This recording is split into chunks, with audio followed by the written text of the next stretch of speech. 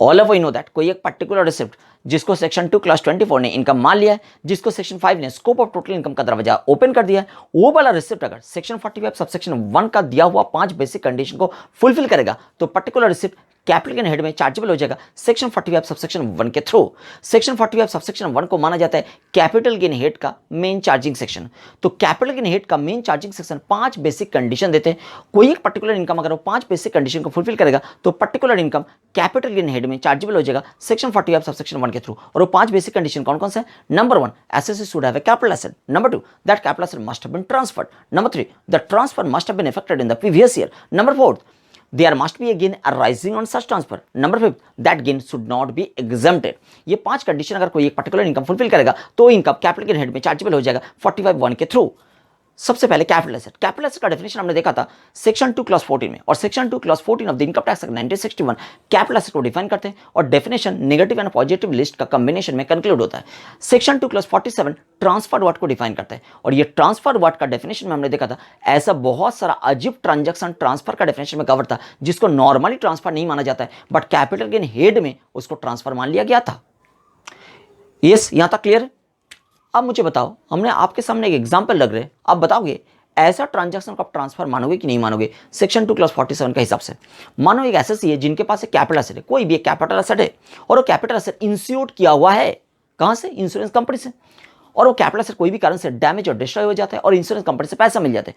बोलिए ऐसा transaction capital gain head में चार्जेबल होगा कि नहीं होगा? आप बोलोगे सर कैपिटल गेन हेड में चार्जेबल होने के लिए सेक्शन 45 सबसेक्शन 1 का 5 बेसिक कंडीशन फुलफिल करना चाहिए। पहला condition assessee should have a capital asset, ये वाला कंडीशन आपने तो फुलफिल किया है, yes. Second condition that capital asset must have been transferred. बोलिए मैंने जो एग्जांपल आपको दिया है वो एग्जांपल में जो ट्रांजैक्शन हो रहे वो ट्रांजैक्शन ट्रांसफर का डेफिनेशन में कवर हो रहे? कभी नहीं। आप बोलोगे सेक्शन 2 क्लास 47 में ऐसा ट्रांजैक्शन को ट्रांसफर नहीं माना गया था। अगर ऐसा ट्रांजैक्शन को ट्रांसफर नहीं माना गया था तो सेक्शन 45 सबसेक्शन 1 का कंडीशन फुलफिल नहीं हो रहा है, इसका मतलब ऐसा टाइप का ट्रांजैक्शन कैपिटल गेन हेड में चार्जेबल नहीं होगा। बट ऐसा बहुत सारा एसएससी है जिनको पैसा मिलता है और वो पैसा अनटैक्स्ड रह जाएगा, उसके ऊपर टैक्स तो लगेगा नहीं। तो बोलिए ऐसा सिचुएशन में आप गवर्नमेंट को क्या सजेस्ट करेंगे? आप बोलोगे सर हम गवर्नमेंट को सजेस्ट करेंगे, लॉ मेकर को सजेस्ट करेंगे कि आप ट्रांसफर का डेफिनेशन को अमेंड करो और डैमेज और डिस्ट्रक्शन को भी ट्रांसफर का डेफिनेशन में इंक्लूड करो। आप अगर ऐसा सजेशन लॉ मेकर को देंगे तो लॉ मेकर के लिए, लॉ मेकर अगर आपका सजेशन सुन के लॉ बनाएंगे तो लॉ मेकर खुद ही फंस जाएंगे। क्यों? क्योंकि हमारा देश में ऐसा हजारों एसएससी है जिनके पास कैपिटल एसेट होता है और वो capital asset uninsured non insured होता है, मतलब कैपिटल एसेट के ऊपर वो इंश्योरेंस नहीं लेता है। ऐसा टाइप का कैपिटल एसेट जो नॉन इंश्योर्ड है, वो कैपिटल एसेट अगर डैमेज और डिस्ट्रॉय हो जाता है तो इंश्योरेंस कंपनी से पैसा तो मिलेगा नहीं। बट ऐसा टाइप का ट्रांजैक्शन अगर कैपिटल गेन हेड में चार्जेबल हो जाएगा तो बहुत बड़ा प्रॉब्लम क्रिएट होगा, क्योंकि ऐसा टाइप का ट्रांजैक्शन में अगर कैपिटल गेन कंप्यूट करेंगे तो लॉस निकल के आएगा, और ये लॉस एसएससी प्रॉफिट के साथ एडजस्ट करेगा और टैक्स कम पे करेगा। तो ऐसा टाइप का ट्रांजैक्शन को ट्रांसफर का डेफिनेशन में इंक्लूड करने में बहुत बड़ा दिक्कत क्रिएट होने वाला है। गवर्नमेंट को टैक्स कम मिलने वाला है, क्योंकि ये ऐसा टाइप का ट्रांजैक्शन में हजारों केस में लॉस अराइज होगा और ये लॉस गेन के साथ एडजस्ट करके एसएससी कम टैक्स पे करेगा। और हमारा देश में ऐसा एसएससी ज्यादा है जिनका एसेट नॉन इंश्योर्ड है। इसलिए गवर्नमेंट ने यहां पे क्या किया? गवर्नमेंट ने यहां पे दूसरा एक ऑल्टरनेटिव ढूंढा। इस ऐसा ट्रांजैक्शन को टैक्सेबल करने के लिए गवर्नमेंट ने और एक चार्जिंग सेक्शन लेकर आया। सेक्शन 45 सबसेक्शन 1 चार्जिंग सेक्शन होता था और एक चार्जिंग सेक्शन लेकर आया सेक्शन 45 सबसेक्शन 1 ए। सेक्शन 45 सबसेक्शन 1 ए अमेंडमेंट था, और ये अमेंडमेंट के थ्रू ऐसा टाइप का ट्रांजैक्शन को भी टैक्सेबल कर दिया गया कैपिटल गेन हेड में। बात समझ में आया? 45(1)(a) को हम लोग एनालाइज करेंगे और देखेंगे 45(1)(a) क्या बता रहे। चलिए बोर्ड में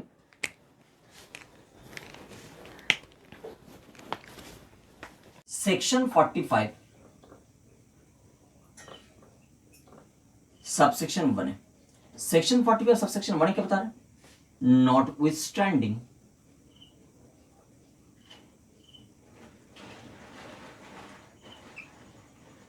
एनीथिंग contained in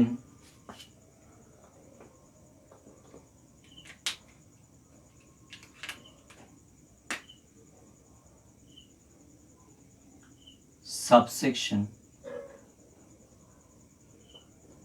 1। बोल रहे not standing anything containing subsection 1। Section 45 subsection 1 ये बता रहा है सेक्शन 45 सबसेक्शन 1 का कंटेंट में जो भी लिखा हुआ है उसके साथ अगर सेक्शन 45 सबसेक्शन 1 ए का कंटेंट का कॉन्ट्राडिक्शन होगा, in that case section 45 subsection 1 ए को फॉलो किया जाएगा। सेक्शन 45 सबसेक्शन 1 मतलब किसका सबसेक्शन 1? सेक्शन 45 का। सेक्शन 45 सबसेक्शन 1 का कंटेंट क्या है? कोई एक पर्टिकुलर इनकम अगर सेक्शन 45 सबसेक्शन 1 का दिया हुआ 5 बेसिक कंडीशन को फुलफिल करेगा। कौन सा 5 बेसिक कंडीशन? एसएससी के पास कैपिटल एसेट होना चाहिए, कैपिटल एसेट ट्रांसफर होना चाहिए, ट्रांसफर प्रीवियस ईयर होना चाहिए, ट्रांसफर से गेन आना चाहिए, वो गेन एग्जेम्प्टेड नहीं होना चाहिए। ये 5 कंडीशन अगर कोई भी एक पर्टिकुलर इनकम फुलफिल कर लेगा, वो इनकम को हम लोग सेक्शन 45 सबसेक्शन 1 के थ्रू कैपिटल गेन हेड में चार्जेबल कर देंगे।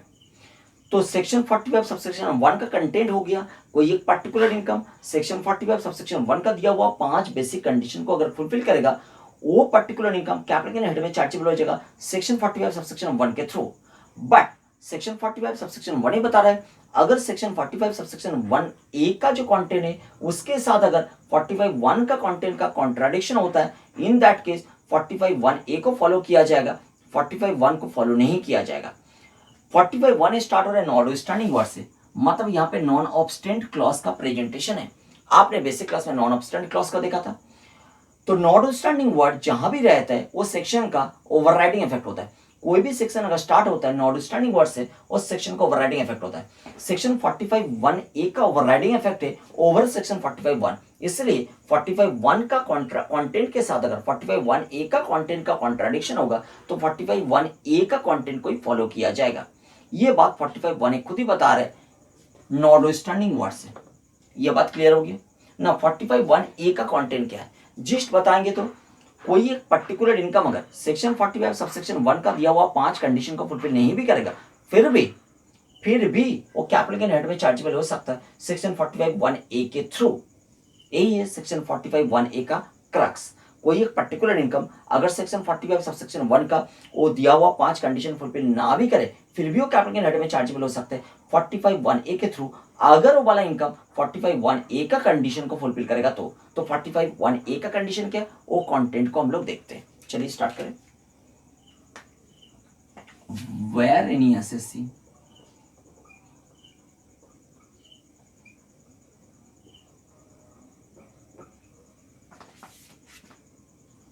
receives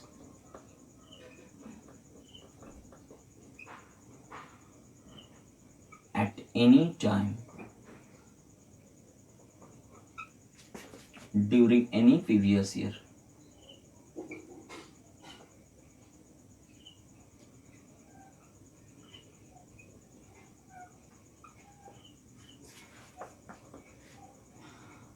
any amount or other asset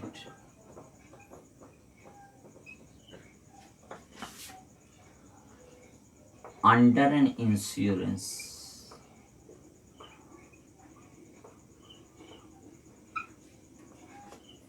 from an insurer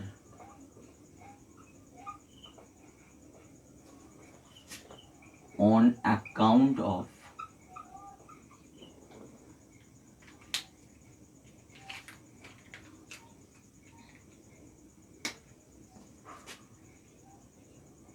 damage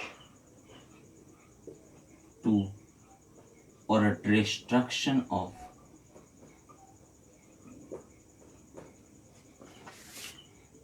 a capital asset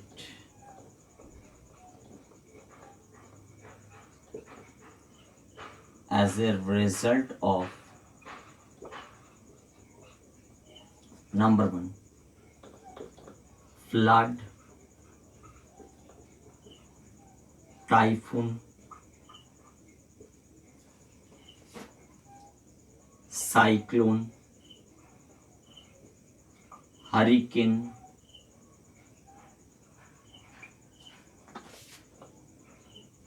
earthquake,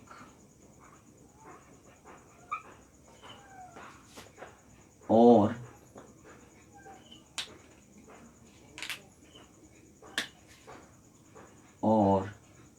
other convulsion of nature. Number 2, riot or civil disturbance.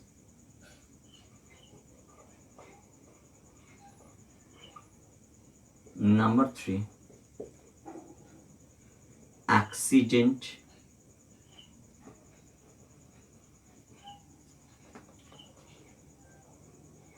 accidental fire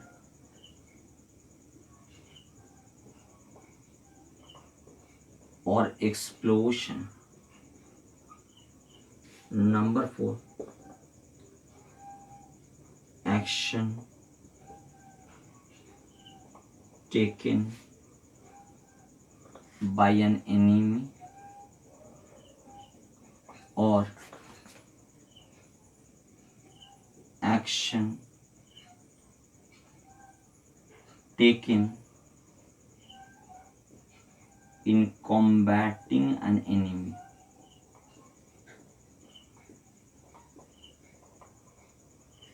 Whether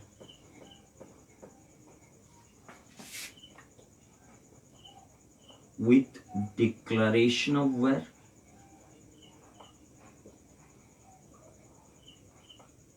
or not, then profit or gain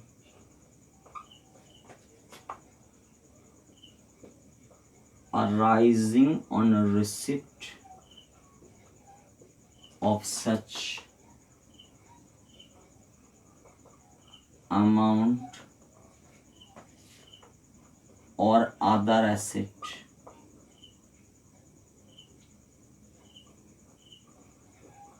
shall be chargeable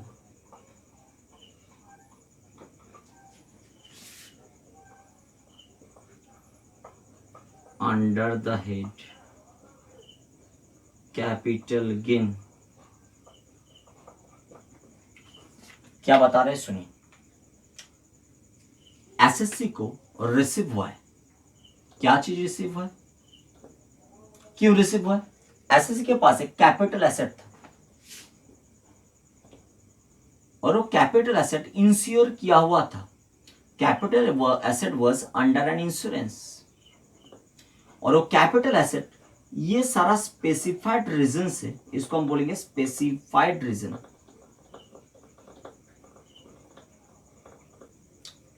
चार category का specified reason बताया. चार category का specified reason में से कोई भी एक पर्टिकुलर कैटेगरी का कोई एक पर्टिकुलर स्पेसिफाइड रीजन से, जैसे कैटेगरी 1 में बहुत सारा रीजन है, तो चार कैटेगरी का स्पेसिफाइड रीजन बताया. चार कैटेगरी का स्पेसिफाइड रीजन में से कोई एक पर्टिकुलर कैटेगरी का कोई एक पर्टिकुलर रीजन से अगर एसएससी के पास जो कैपिटल एसेट था, जो capital asset under an insurance था, वो डैमेज और डिस्ट्रॉय हो जाता है. और डैमेज एंड डिस्ट्रॉय से इंश्योरेंस कंपनी से, कहां से? From an insurer, insurance company से एसएससी को रिसीव हो जाता है. क्या रिसीव हो जाता है? अमाउंट, नहीं तो अदर एसेट. ध्यान से सुनिए बात को. एसएससी के पास एक कैपिटल एसेट था, वो capital asset under an insurance था.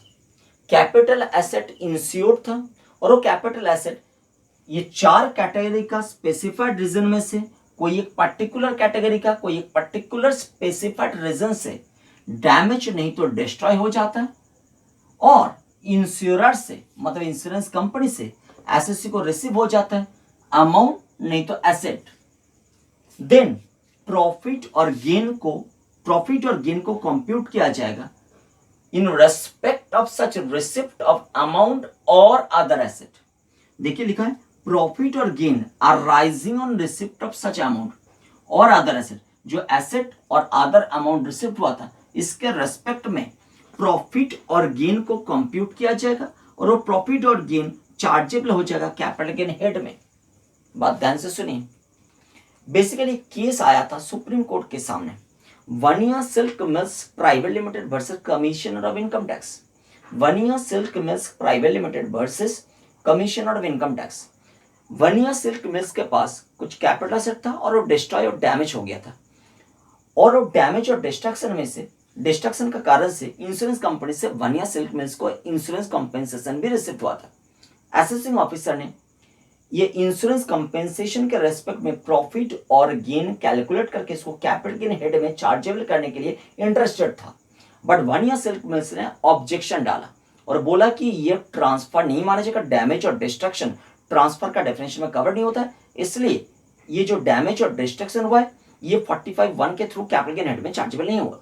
उस टाइम में 45(1)(a) हुआ नहीं करते थे, 45(1) हुआ करते थे, 45(1)(a) हुआ नहीं करते थे।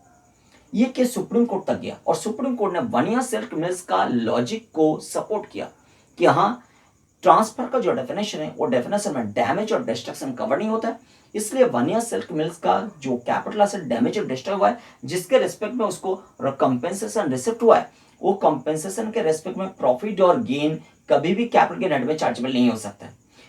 ये जजमेंट को नलिफाई करने के लिए टू सम एक्सटेंट 45(1)(a) को इंट्रोड्यूस किया था फाइनेंस मिनिस्ट्री ने। 45(1)(a) के थ्रू क्या हो रहा है देखिए, अगर स्पेसिफाइड कारण से वनिया सिल्क मिल्स का जो केस था, वो केस में सुप्रीम कोर्ट का जो रूलिंग था, जजमेंट था, वो judgement to some extent nullify हो चुका है 45(1)(a) के थ्रू। देखिए समझिए ध्यान से, कोई स्पेसिफाइड कारण से, यहाँ पे स्पेसिफाइड कारण दिया है, इसके बाहर कोई कारण होगा तो 45(1)(a) उसको कवर नहीं करेगा। 45(1)(a) में कवर होने के लिए ये स्पेसिफाइड कारण में कोई भी कारण होना चाहिए। तो ये जो 4 स्पेसिफाइड कैटेगरी का रीजन दिया हुआ है, ये 4 स्पेसिफाइड कैटेगरी का रीजन में से कोई एक पर्टिकुलर कैटेगरी का कोई एक पर्टिकुलर रीजन से एसएससी के पास जो कैपिटल एसेट है वो कैपिटल एसेट डैमेज और डिस्ट्रॉय होना चाहिए, और वो capital asset under an insurance होना चाहिए और इंश्योरेंस कंपनी से पैसा मिलना चाहिए, नहीं तो अदर एसेट मिलना चाहिए, तब जाके 45(1)(a) अट्रैक्ट होता है। अगर एसएससी के पास कैपिटल एसेट है और वो एसेट दूसरा कोई कारण से डैमेज और डिस्ट्रॉय होता है, इस कारण से नहीं, तो इंश्योरेंस कंपनी से अगर पैसा मिल भी गया फिर भी वो 45(1)(a) को अट्रैक्ट नहीं करेगा। ये नंबर 1 केस। नंबर 2, अगर एसएससी के पास कैपिटल एसेट है और वो कैपिटल एसेट डैमेज और डिस्ट्रॉय हो जाता है स्पेसिफाइड कारण से, बट इंश्योरेंस कंपनी से पैसा मिलता नहीं क्योंकि वो अंडर एन इंश्योरेंस नहीं था। बात समझ में, तो इंश्योरेंस से कवर नहीं था, इसलिए इंश्योरेंस कंपनी से नहीं मिलता है, तो क्या होगा, वो भी 45(1)(a) में कवर नहीं होने वाला है। 45(1)(a) में कवर होने के लिए कंडीशन को पहले दिमाग में घुसाओ। कंडीशन क्या है, एसएससी के पास एक कैपिटल एसेट होना चाहिए, वो कैपिटल एसेट डैमेज और डिस्ट्रॉय होना चाहिए due to any specified reason, and वो कैपिटल एसेट पहले से ही इंश्योरेंस में कवर था, और इंश्योरर से एसएससी को इधर तो अमाउंट रिसिप्ट होता है और नहीं तो अदर एसेट रिसिप्ट होता है एज ए कंपेंसेशन, तब जाके कैपिटल गेन हेड में चार्जेबल हो जाएगा प्रॉफिट और gain in respect of such amount और other asset receipt by the SSC. बात समझ में, बट यहां पे और एक क्रक्स है, ये प्रॉफिट और गेन जो भी कंप्यूट करेंगे ये कौन सा साल का इनकम माना जाएगा। 45(1)(a) ओवरराइट कर दिया 45(1) को, और ओवरराइट करके बता रहे कि ये इनकम माना जाएगा जिस ईयर में रिसिप्ट होगा अमाउंट नहीं तो अदर एसेट उस ईयर का। बात समझ में, जिस पर्टिकुलर प्रीवियस ईयर में एसेट डैमेज और डिस्ट्रॉय हुआ है उस पर्टिकुलर प्रीवियस ईयर का इनकम नहीं माना जाएगा। जिस पर्टिकुलर ईयर में जाके एसेट के रेस्पेक्ट में अमाउंट नहीं तो अदर एसेट जो डैमेज्ड एसेट है, डैमेज एसेट के अगेंस्ट में अमाउंट नहीं तो अदर एसेट रिसिप्ट हो जाता है, जिस पर्टिकुलर प्रीवियस ईयर में जाके अमाउंट नहीं तो अदर एसेट रिसिप्ट होगा उस पर्टिकुलर प्रीवियस ईयर का इनकम माना जाएगा।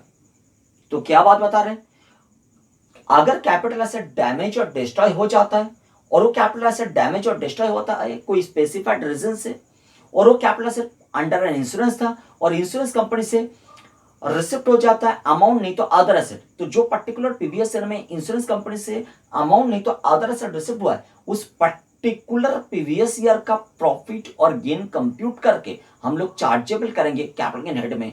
जिस ईयर में एसेट डैमेज और डिस्ट्रॉय हुआ है उस ईयर का कैलकुलेशन नहीं करेंगे।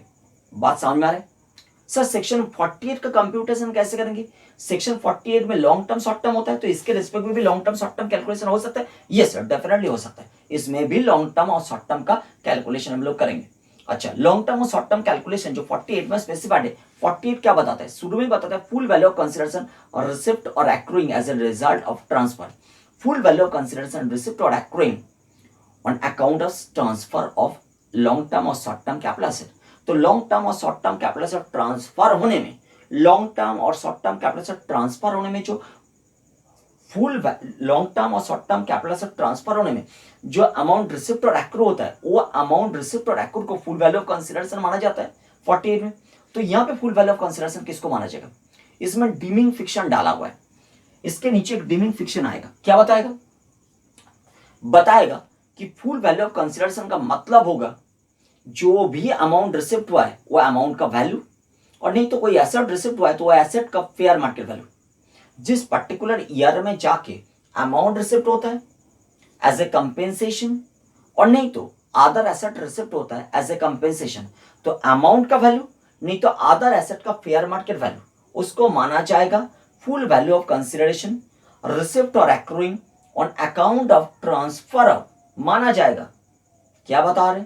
जिस पर्टिकुलर ईयर में अमाउंट रिसिप्ट होता है नहीं तो अदर एसेट रिसिप्ट होता है, उस पर्टिकुलर ईयर में अमाउंट का वैल्यू नहीं तो अदर एसेट का फेयर मार्केट वैल्यू को माना जाएगा, डीम्ड किया जाएगा, ये माना जाएगा full value of consideration receipt और accruing as a result of transfer of long term और शॉर्ट टर्म कैपिटल एसेट, ये माना जाएगा। बात समझ में आ रहा है? तो सुप्रीम कोर्ट का वो Vaniya silk mills private limited versus CIT commissioner of income tax का जजमेंट को टू सम एक्सटेंट यहाँ पे क्या किया गया है? नलिफाई किया गया है 45(1)(a) के थ्रू। तो 45(1)(a) क्या कर रहा है? कुछ केस में डैमेज और डिस्ट्रक्शन को कैपिटल गेन हेड में चार्जेबल कर रहे हैं। कब? जब डैमेज और डिस्ट्रक्शन कैपिटल एसेट का होता है और स्पेसिफाइड रीजन से होता है और इंश्योरेंस कंपेंसेशन रिसिप्ट हो जाता है, तब कैपिटल गेन हेड में लेकर आ रहे हैं। अगर ट्रांसफर का डेफिनेशन को अमेंड करके डैमेज और डिस्ट्रक्शन को ट्रांसफर का डेफिनेशन में डाल देते तो प्रॉब्लम क्रिएट हो जाता। मैंने जैसे बताया था कि डैमेज और डिस्ट्रक्शन अगर ट्रांसफर का डेफिनेशन में आ जाएगा तो ऐसा हजारों एसेट होता है कैपिटल, ऐसा हजारों कैपिटल एसेट होता है एसएससी के बाद जिसके ऊपर इंश्योरेंस नहीं किया जाता है। मतलब एसएससी ऐसा हजारों कैपिटल एसेट पॉजेस करता है जिसके ऊपर वो इंश्योरेंस नहीं लेता है। हमारे देश में ऐसा हजारों एसएससी है जो कैपिटल एसेट पॉजेस करता है और उसके ऊपर इंश्योरेंस नहीं लेता है। तो वो एसेट भी अगर डैमेज और डिस्ट्रॉय हो जाता है, वो भी ट्रांसफर का डेफिनेशन में फॉल किया, तो क्या होगा? वो वाला एसेट अगर डैमेज और डिस्ट्रॉय हो गया, ट्रांसफर का डेफिनेशन में फॉल किया, तो उसके रेस्पेक्ट में भी प्रॉफिट और गेन कंप्यूट किया जाएगा, बट इंश्योरेंस कंपनसेशन तो मिला नहीं, तो प्रॉफिट और गेन जो भी होगा वो नेगेटिव प्रॉफिट और गेन होगा। और नेगेटिव प्रॉफिट और gain basically capital gain head में जैसे ही आएगा, अगर एग्जिस्टिंग कोई प्रॉफिट और गेन रहेगा, पॉजिटिव प्रॉफिट और गेन उसके साथ एडजस्ट हो जाएगा और पॉजिटिव प्रॉफिट और गेन को टू दैट एक्सटेंट क्या करेगा? रिड्यूस करेगा। मतलब एसएससी से डिपार्टमेंट को टैक्स कम मिलेगा। इसलिए इस डैमेज और डिस्ट्रक्शन को ट्रांसफर का डेफिनेशन में अमेंड करके इंक्लूड नहीं किया गया। इसके लिए अलग से सेक्शन बनाया गया, चार्जिंग सेक्शन 45(1)(a) और 45(1)(a फिर से एक बार 45(1) को पूरा देख लेते। 45(1)(a) क्या बता रहे हैं?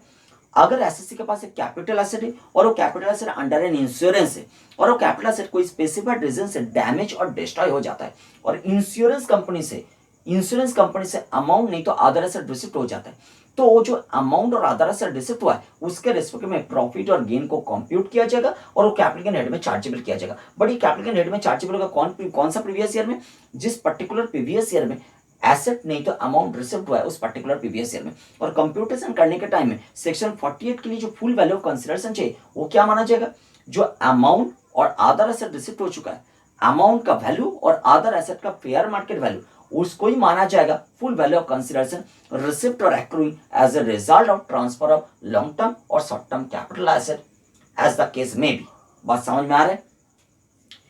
इसको और एक पर्सपेक्टिव से एनालाइज करेंगे टैक्स ट्रीटमेंट का हिसाब से। इसको भी हटाना पड़ेगा, इसको हटाते हैं। नाउ हम लोग कंप्यूट करेंगे कैपिटल गेन को, computation of capital gain.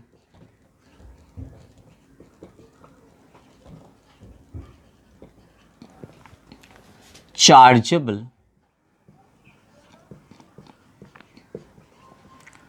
Under section 45(1)(a। तो कैपिटल गेन हम कंप्यूट करने के लिए जा रहे हैं। 45(1)(a) का हिसाब से जो कैपिटल गेन अराइज हुआ है उस कैपिटल गेन का कंप्यूटेशन करेंगे। कंप्यूटेशन करने का मोड कहां दिया हुआ है? कंप्यूटेशन करने का मोड दिया हुआ है सेक्शन नंबर 48 में। तो सेक्शन 48 का मोड का हिसाब से कैपिटल गेन का कंप्यूटेशन होगा। चलिए देखते हैं कंप्यूटेशन का प्रोसेस को आगे लेकर जाते।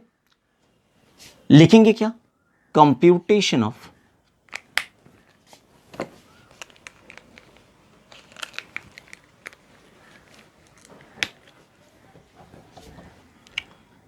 computation of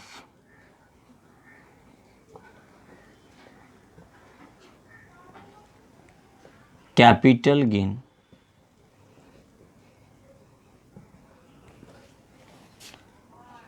chargeable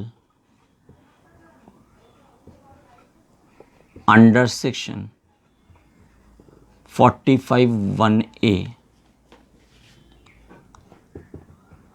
of SSC का नाम computation of capital gain. Capital gain का कंप्यूटेशन हम कर रहे हैं, वो कैपिटल गेन जो चार्जेबल है 45(1)(a में। किसका कैपिटल गेन कंप्यूट कर रहे हैं? एसएससी का नाम लिखेंगे of SSC, may be individual, may be HF, may be local authority, may be artificial juridical person, कोई भी हो सकता है।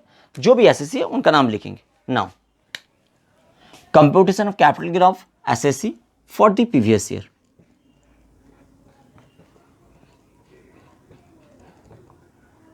यहां प्रीवियस ईयर आएगा, और प्रीवियस ईयर का मतलब क्या है? कौन सा प्रीवियस ईयर में हम कैपिटल गेन को कंप्यूट कर रहे हैं? जिस पर्टिकुलर प्रीवियस ईयर में कॉम्पेंसेशन रिसिप्ट हुआ है, चाहे मनी के फॉर्म में चाहे अदर एसेट के फॉर्म में, वो पर्टिकुलर प्रीवियस ईयर के रेस्पेक्ट में इनकम कंप्यूट किया जाएगा और उसके ऊपर टैक्स पे करेंगे नेक्स्ट फॉलोइंग ईयर में, जिसको बोलते हैं असेसमेंट ईयर। तो हम यहां पे प्रीवियस ईयर का मतलब लिख रहे हैं for the previous year the financial year in which insurance compensation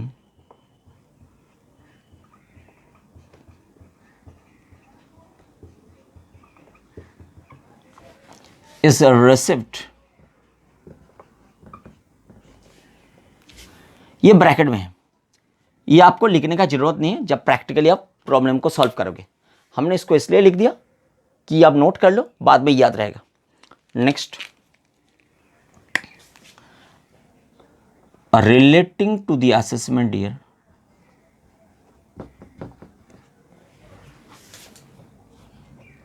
और असेसमेंट ईयर का मतलब क्या है? Next following the previous year.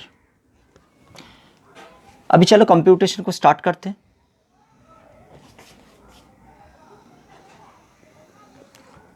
Computation में सबसे पहले क्या लिखना होता है बताओ? सबसे पहले लिखना होता है full value of consideration.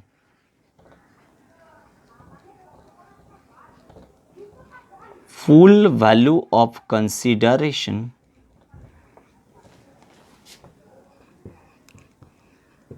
Receipt और एक्रूइंग। ये 48 का फॉर्मेट है। 48 का फॉर्मेट का हिसाब से ही तो कैपिटल गेन कंप्यूट करेंगे। Full value of consideration receipt और accruing as a result of transfer of capital asset, चाहे लॉन्ग टर्म चाहे शॉर्ट टर्म। सीए मतलब कैपिटल एसेट। अच्छा बताइए, फुल वैल्यू ऑफ कंसीडरेशन का मतलब यहां पे कौन सा वैल्यू को लिया जाएगा? अब बताओगे जो इंश्योरेंस कंपेंसेशन रिसिप्ट हुआ है, अगर वो मनी का फॉर्म में रिसिप्ट हुआ है, इंश्योरेंस कंपेंसेशन अगर मनी के फॉर्म में रिसिप्ट हुआ है, पैसे के फॉर्म में रिसिप्ट हुआ है, तो पैसा का जो वैल्यू है, और अगर अदर एसेट के फॉर्म में रिसिप्ट हुआ है तो अदर एसेट का जो फेयर मार्केट वैल्यू है। फिर बता रहे the value of money receipt और fair market value of other assets shall be deemed to be the full value of consideration receipt or accruing as a result of transfer of capital asset। फिर बता रहे the value of money or fair market value of other asset receipts as insurance compensation shall be deemed to be, याद रखना, shall be deemed to be the full value of consideration of receipt or accruing as a result of transfer of capital asset। तो यहां पे हम full value of consideration का मतलब क्या मानेंगे? जो पैसा रिसिप्ट हुआ है उसका वैल्यू, नहीं तो जो अदर एसेट रिसिप्ट हुआ है उसका फेयर मार्केट वैल्यू, जिस डेट में रिसिप्ट हुआ है उस डेट के रेस्पेक्ट में। क्लियर? लेस क्या करते बताइए? लेस तो करते expenditure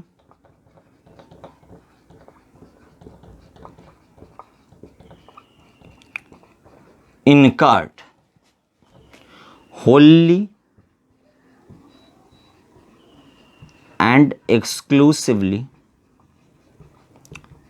in connection with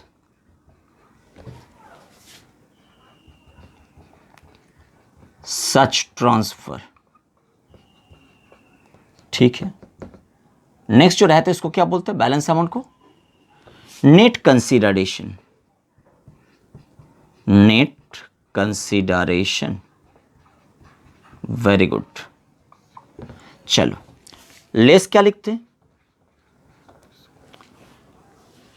cost of acquisition, नहीं तो index cost of acquisition, depending upon asset long term है कि शॉर्ट टर्म है। इंडेक्सेशन हम लेते हैं सेक्शन 48 का सेकेंड प्रोवाइसो का हिसाब से, लॉन्ग टर्म के लिए इंडेक्सेशन किया जाएगा, मतलब कॉस्ट ऑफ एक्विजिशन नहीं लिखेंगे, इंडेक्स कॉस्ट ऑफ एक्विजिशन लिखेंगे।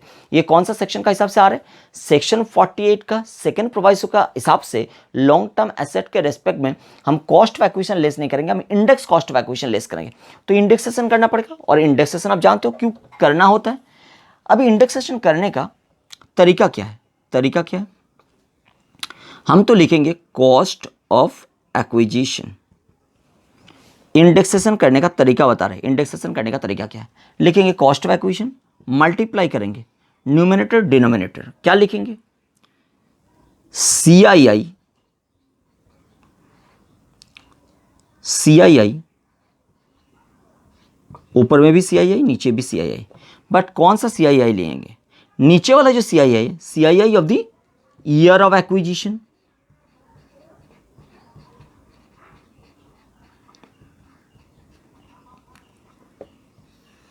ऊपर में कौन सा साल का CII लेंगे, आप बोलोगे सर नॉर्मली तो ट्रांसफर ईयर का CII लिया जाता है, जिस पर्टिकुलर प्रीवियस ईयर में ट्रांसफर हुआ है उस साल का CII लिया जाता है। अब बताइए मुझे, इंश्योरेंस कंपेंसेशन के केस में डैमेज और डिस्ट्रॉय हुआ है जिस पर्टिकुलर प्रीवियस ईयर में, उस पर्टिकुलर प्रीवियस ईयर का CII लेंगे कि जिस ईयर में अमाउंट और अदर एसेट रिसिप्ट हुआ है उस साल का CII लेंगे। आप बोलोगे सर पीरियड ऑफ होल्डिंग देखना पड़ेगा, इस पर्टिकुलर एसेट जो लॉन्ग टर्म और शॉर्ट टर्म आप कैटेगराइज कर रहे हो, इसका पीरियड ऑफ होल्डिंग कहां से कहां तक ले रहे हो, पीरियड ऑफ होल्डिंग ले रहे कॉस्ट ऑफ एक्विजिशन का डेट से up to the date of destruction और डैमेज ऑफ कैपिटल एसेट। तो आप बोलोगे सर डैमेज और डिस्ट्रक्शन ऑफ कैपिटल एसेट का डेट तक अगर आपने ले रहे हो पीरियड ऑफ होल्डिंग को, तो इंडेक्सेशन का बेनिफिट भी दिया जाएगा डेट ऑफ डिस्ट्रक्शन और डैमेज तक ही। year of receipt of amount or other asset is irrelevant in case of computation of period of holding and in case of computation of index cost of acquisition। Clear है, तो बोलिए कौन सा year ले रहे, CII of the year of damage or destruction of capital asset. ध्यान से देखिए क्या हो रहा है, कैलकुलेशन तो हो रहा है उस पर्टिकुलर प्रीवियस ईयर में जिस प्रीवियस ईयर में इंश्योरेंस कंपेंसेशन रिसिप्ट हुआ है, बट इंडेक्सेशन करने के टाइम में हम up to the date of damage और डिस्ट्रक्शन पीरियड ऑफ होल्डिंग ले रहे हैं और उसी डेट तक इंडेक्सेशन भी ले रहे हैं, इंडेक्सेशन का बेनिफिट भी दे रहे हैं।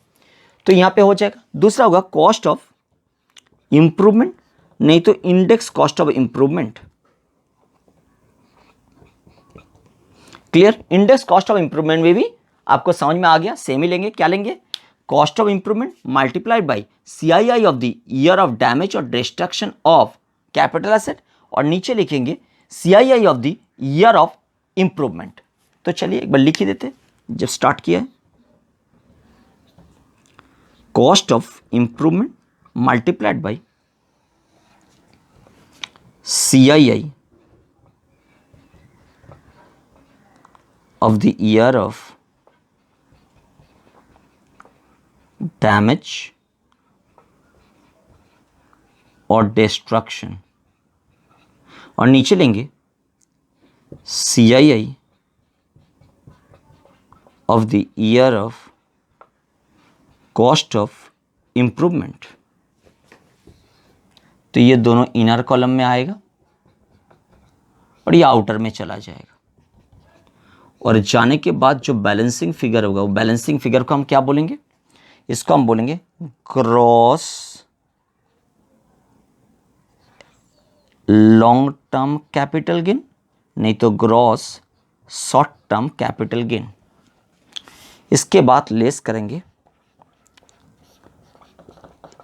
एग्जिबिशन, और एग्जिबिशन लेस होने के बाद जो फिगर बचेगा उस फिगर को बोलेंगे net long term capital gain और short term capital gain, as the case में भी। और नहीं तो ये भी हम बोल सकते हैं कि taxable long term capital gain, और नहीं तो शॉर्ट टर्म कैपिटल गेन। और यहाँ क्लोज हो जाता है कैलकुलेशन। बात समझ में आया?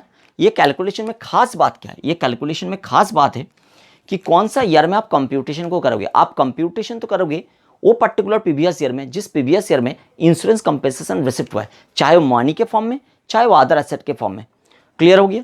बट जब इंडेक्सेशन करेंगे, इंडेक्सेशन का बेनिफिट तो हम अवेलेबल करेंगे up to the year of damage और डिस्ट्रक्शन।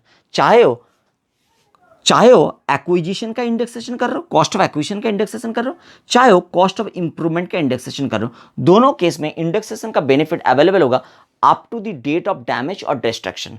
अगर मान लीजिए कैपिटल एसेट स्पेसिफाइड कारण से डैमेज और डिस्ट्रॉय हुआ है, जो इंश्योरेंस में ऑलरेडी कवर्ड था वो 2015-16 में, और इंश्योरेंस कंपेंसेशन रिसिप्ट होता है 2019-20 में, तो कैलकुलेशन तो 19-20 में होगा। बट कैलकुलेशन में जब कॉस्ट ऑफ एक्विजिशन को इंडेक्सेशन करेंगे, अगर लॉन्ग टर्म एसेट होगा तो कैपिटल एसेट अगर लॉन्ग टर्म कैटेगरी का है तो कॉस्ट ऑफ एक्विजिशन को इंडेक्स करना पड़ेगा, कॉस्ट ऑफ इंप्रूवमेंट को इंडेक्स करना पड़ेगा।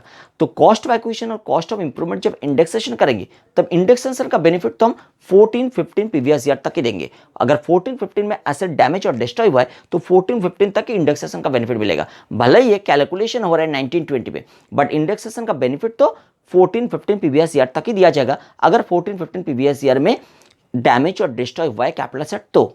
क्लियर है? तो जिस साल में एसेट डैमेज और डिस्ट्रॉय हुआ है उस पर्टिकुलर प्रीवियस ईयर तक इंडेक्सेशन का बेनिफिट दिया जाएगा। बट ये जो कैपिटल गेन टैक्सेबल हो रहे हैं, ये टैक्सेबिलिटी का रेट कौन सा होगा? जिस ईयर में डैमेज और डिस्ट्रॉय हुआ है उस ईयर का रेट लेंगे, कि जिस ईयर में हम कैलकुलेशन कर रहे हैं उस ईयर का रेट लेंगे? ऑब्वियसली जिस ईयर में कैलकुलेशन चल रहा है उस ईयर के रेस्पेक्ट में रेट लिया जाएगा। क्लियर है? तो ये हो गया आपका कैपिटल गेन का कंप्यूटेशन करने का तरीका 45(1)A में जो कैपिटल गेन चार्जेबल होता है। नेक्स्ट हम लोग और एक एस्पेक्ट को देखेंगे 45(1)A का। क्लियर? इनको हम रिमूव करते हैं। डैमेज और डिस्ट्रक्शन का दूसरा एस्पेक्ट को देखते हैं। डैमेज और destruction of tax implication on account of damage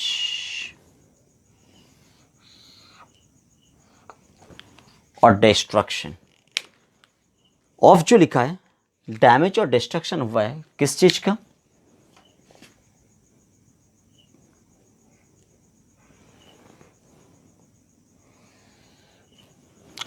इधर तो कैपिटल एसेट का,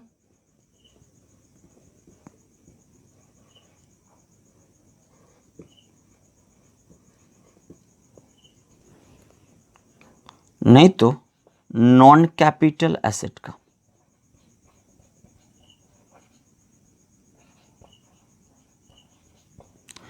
कैपिटल एसेट का अगर डैमेज और डिस्ट्रक्शन होता है वो भी अलग अलग कारण से हो सकता है। कौन सा कारण हो सकता है? स्पेसिफाइड रीजन से। स्पेसिफाइड रीजन मतलब आप लोग जानते हो, flood, typhoon, hurricane, cyclone, earthquake, other convulsion of nature, riot और civil disturbances, explosion, accidental fire और explosion, action taken by an enemy और action taken in combating an enemy, कुछ भी हो सकता है। तो मैंने लिखा कैपिटल एसेट स्पेसिफाइड रीजन से डिस्ट्रॉय हुआ है, और स्पेसिफाइड रीजन का मतलब वो फ्लड, टाइफून वगैरह, और यहां से आपको इंश्योरेंस क्लेम रिसिप्ट हुआ है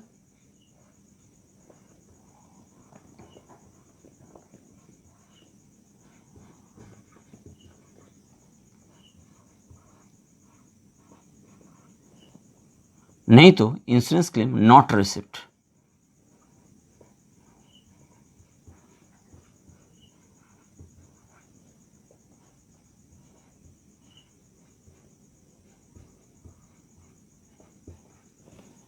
टैक्स इंप्लीकेशन क्या है?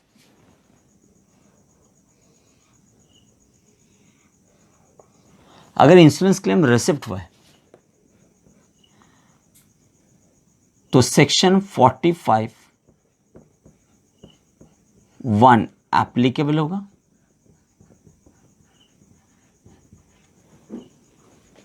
And liable for capital gain tax हो जाएगा, liable for capital gain.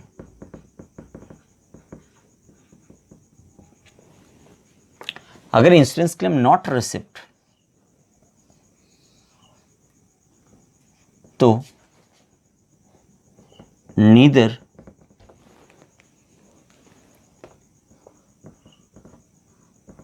Section 45(1) nor section 45(1)(a) applicable.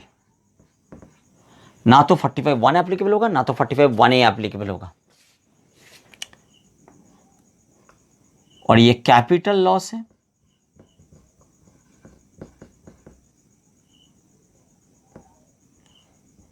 और capital loss not allowable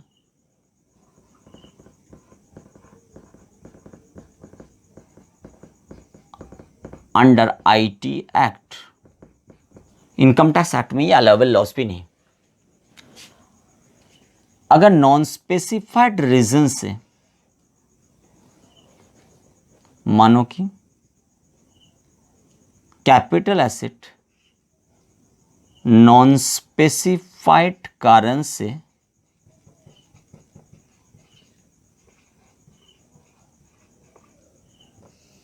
damage और डिस्ट्रॉय होता है, नॉन स्पेसिफाइड रीजन से डैमेज और डिस्ट्रॉय होता है, तो क्या होगा? इसमें भी हम बताएंगे नीदर सेक्शन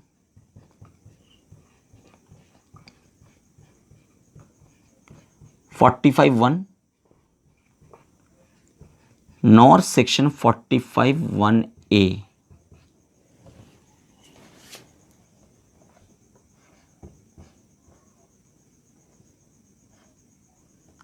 एप्लीकेबल। तो ना तो 45(1) एप्लीकेबल होगा, ना तो 45(1)(a) एप्लीकेबल होगा। इसमें भी अगर इंश्योरेंस क्लेम रिसिप्ट हुआ है तो ट्रीटमेंट क्या है? इंश्योरेंस क्लेम रिसिप्ट तो टैक्स ट्रीटमेंट क्या है? इंश्योरेंस क्लेम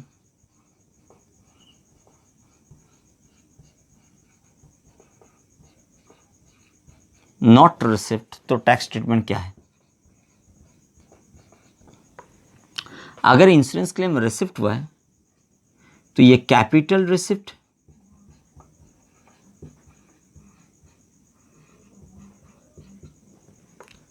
नॉट रिसिप्ट हुआ है तो कैपिटल लॉस है।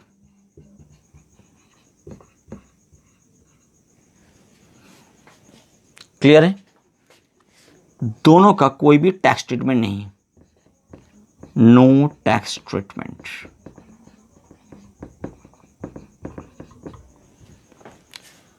अगर नॉन कैपिटल एसेट है, नॉन कैपिटल एसेट डिस्ट्रॉय होता है स्पेसिफाइड और नॉन स्पेसिफाइड कोई भी कारण से,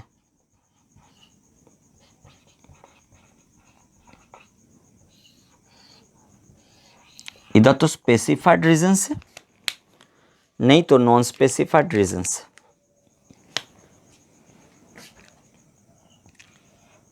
ले रहे इंश्योरेंस क्लेम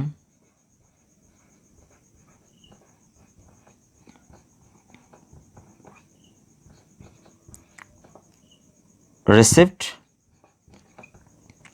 और एक लेयर है insurance claim not received.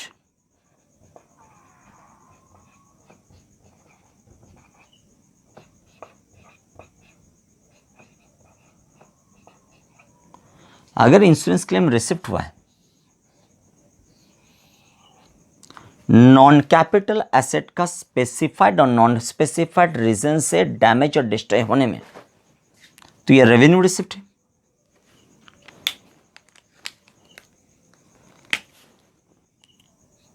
Revenue receipt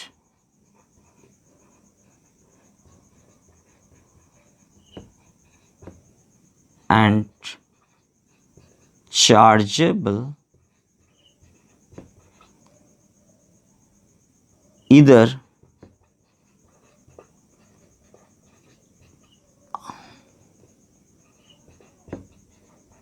under the head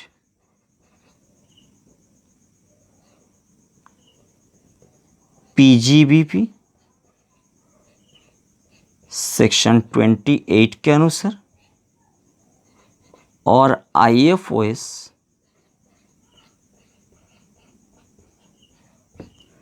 section 56 के अनुसार एज द केस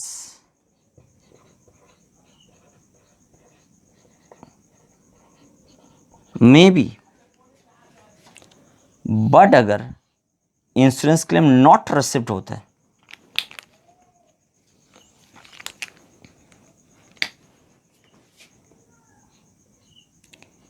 ये रेवेन्यू लॉस है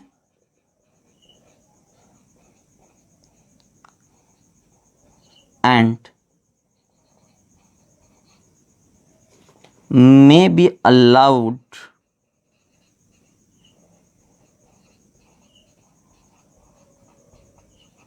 under the head PGBP or IFOS as the case may be। देखिए, अगर नॉन कैपिटल एसेट है जैसे raw material, non capital asset हो गया, वो डैमेज और डिस्ट्रॉय हो जाता है, डैमेज होता है नहीं तो डिस्ट्रॉय होता है ड्यू टू स्पेसिफाइड और नॉन स्पेसिफाइड रीजन, और इंश्योरेंस कंपनी से क्लेम रिसिप्ट हो जाता है। और रेवेन्यू रिसिप्ट है वो चार्जेबल होगा इधर तो पीजीबीपी में नहीं तो आईएफओएस में। अगर रॉ मटेरियल है तो पीजीबीपी का पार्ट है तो 28 का हिसाब से वो पीजीबीपी हेड में चार्जेबल हो जाएगा।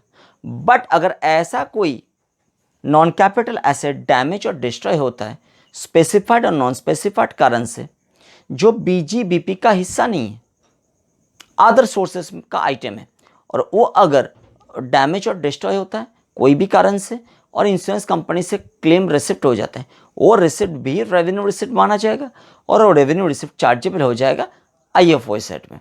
बात क्लियर है। बट अगर इंश्योरेंस क्लेम नॉट रिसिप्ट होता है तो ये रेवेन्यू लॉस हो जाता है, ये अलाउएबल लॉस है, रेवेन्यू लॉस अलाउएबल है, ये इधर तो पीजीबीपी नहीं तो आईएफओएस में हम लोग अलाउ कर देंगे एज द केस में भी। तो ये टोटल चार्ट है 45(1)(a) में जो आपने पढ़ लिया है डैमेज और डिस्ट्रक्शन उसके रेस्पेक्ट में। क्लियर है यहाँ तक। नेक्स्ट हम लोग आएंगे सेक्शन 45 सबसेक्शन 2 में, इनको हम हटा रहे और 45(2) में आ रहे हैं। क्लियर। अभी डिस्कस करेंगे tax treatment on conversion of capital asset into stock in trade. जब कैपिटल एसेट कन्वर्ट हो जाता है स्टॉक इन ट्रेड में तो टैक्स ट्रीटमेंट क्या होगा इसके बारे में हाईलाइट करते हैं सेक्शन 45 सबसेक्शन 2। तो सेक्शन 45 सबसेक्शन 2 रीड आउट करने में पता चलता है what would be the tax treatment in case of conversion of capital asset into stock in trade. Now आपके माइंड में क्वेश्चन आ रहे कि प्रैक्टिकल उदाहरण क्या है जब capital asset stock in trade में कन्वर्ट हो जाता है, ये प्रैक्टिकली कब देखने का अपॉर्चुनिटी मिलता है। एक उदाहरण क्रिएट करते हैं। Mister x is the owner of A building, mister x is the owner of A building and mister X वो बिल्डिंग को पर्सनल पर्पस के लिए यूज कर रहे हैं। अब मुझे बताइए मिस्टर एक्स के लिए वो बिल्डिंग कैपिटल एसेट है कि नहीं है। आप बोलोगे सर कैपिटल एसेट का डेफिनेशन होता है सेक्शन 2 क्लॉज 14 जो basically negative and positive list का कॉम्बिनेशन में कंक्लूड होता है, और पर्सनल पर्पस के लिए जो बिल्डिंग हेल्ड किया जाता है वो नेगेटिव लिस्ट में तो आता नहीं। सेक्शन 2 क्लॉज 14 का जो नेगेटिव लिस्ट है उसमें तो आता नहीं, मतलब वो पॉजिटिव लिस्ट में आ सकते हैं। और पॉजिटिव लिस्ट क्या बताता है, पॉजिटिव लिस्ट बताता है property of any kind, building property है कि नहीं, यस बिल्डिंग प्रॉपर्टी है। प्रॉपर्टी का मतलब होता है कोई भी चीज जो बेचा जा सकता है, बिल्डिंग को बेचा जा सकता है इसलिए building is also a property. और property of any kind is a capital asset, मतलब building is also capital asset. तो क्या हो गया, mister X owner of the building and mister X वो बिल्डिंग को पर्सनल पर्पस के लिए हेल्ड कर रहे हैं, तो मिस्टर एक्स के लिए वो बिल्डिंग माना जाएगा कैपिटल एसेट। अभी मिस्टर एक्स मान लीजिए आज से एक नया धंधा स्टार्ट कर रहे हैं, रियल एस्टेट का कारोबार स्टार्ट कर रहे हैं। अब मुझे बताइए, अगर रियल एस्टेट का कारोबार मिस्टर एक्स स्टार्ट करेगा तो मिस्टर एक्स के लिए स्टॉक इन ट्रेड क्या माना जाएगा? आप बोलोगे सर फ्लैट, जमीन, ये सब माना जाएगा मिस्टर एक्स के लिए stock in trade. Mister x ने क्या किया, अपना पर्सनल पर्पस के लिए जो बिल्डिंग को हेल्ड कर रहे थे वही बिल्डिंग को उठा के लेकर आया बिजनेस में बेचने के लिए। मिस्टर एक्स पर्सनल पर्पस के लिए जो बिल्डिंग को हेल्ड कर रहे थे वही बिल्डिंग को उठा के लेकर आया बिजनेस में बेचने के लिए। तो वो बिल्डिंग जो पर्सनल पर्पस के लिए यूज हो रहे थे वो क्या हो गया, वो बिजनेस में आके स्टॉक इन ट्रेड में कन्वर्ट हो गया, बिजनेस का हिस्सा बन गया और बिजनेस में स्टॉक इन ट्रेड में कन्वर्ट हो गया। अभी तो कैपिटल एसेट है नहीं, बिकॉज कैपिटल एसेट का डेफिनेशन में नेगेटिव लिस्ट में स्टॉक इन ट्रेड फॉल करता है। तो अगर बिल्डिंग स्टॉक इन ट्रेड बन गया, बिल्डिंग कोई भी हालत में कैपिटल एसेट नहीं माना जाएगा। अभी क्या हो गया बताओ, जो चीज कैपिटल एसेट था वो कन्वर्ट हो गया स्टॉक इन ट्रेड में, तो capital asset stock in trade में कन्वर्ट हो गया। इसमें टैक्स का इंप्लीकेशन क्या है ये हम लोगों को गाइड करेगा सेक्शन 45 सबसेक्शन 2। सेक्शन 45 सबसेक्शन 2 को स्टार्ट करते हैं। अब लैंग्वेज को फॉलो कीजिए, पहले हेडिंग दे रहे conversion of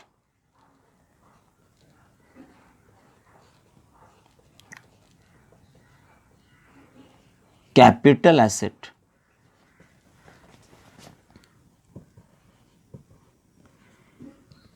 into stock in trade. इसमें टैक्स ट्रीटमेंट क्या होगा, टैक्स ट्रीटमेंट ये हम लोगों को बताएगा section 45 subsection 2। Now conversion of capital asset into stock in trade, ये ट्रांसफर माना गया है, कन्वर्शन को ट्रांसफर माना गया है सेक्शन 2 क्लॉज 47 सब क्लॉज 4 में। सेक्शन 2 क्लॉज 47 सब क्लॉज 4 बता रहे conversion of capital asset into stock in trade is a transfer. तो ट्रांसफर का डेफिनेशन में ये कवर हो गया। अभी चलिए सेक्शन 45 सबसेक्शन 2 का लैंग्वेज देखते हैं। सेक्शन 45 सबसेक्शन 2 का लैंग्वेज क्या हो रहा है, ये लैंग्वेज सेम है जैसे आपने देखा था सेक्शन 45 सबसेक्शन 1 ए में। सेक्शन 45 सबसेक्शन 1 ए का जो लैंग्वेज था वही लैंग्वेज यूज होगा सेक्शन 45 सबसेक्शन 2 में स्टार्टिंग में। नॉटविथस्टैंडिंग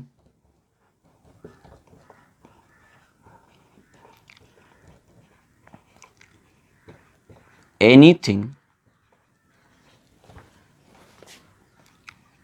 contained in subsection 1 बता रहे कि सेक्शन 45 सबसेक्शन 1 में जो कंटेंट है उस कंटेंट के साथ अगर सेक्शन 45 सबसेक्शन 2 का कंटेंट का कॉन्ट्राडिक्शन होगा तो सेक्शन 45 सबसेक्शन 2 का कंटेंट को ही फॉलो किया जाएगा।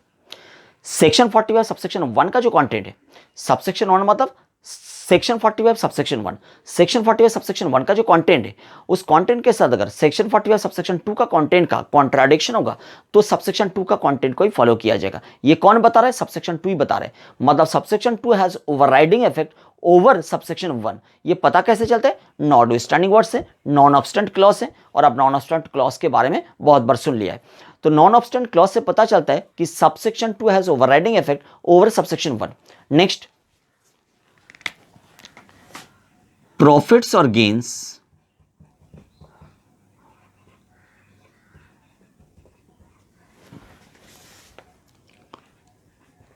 arising from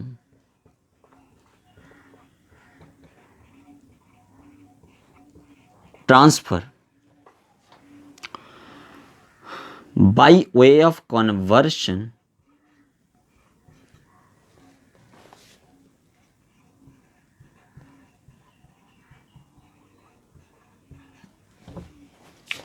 by the owner of a capital asset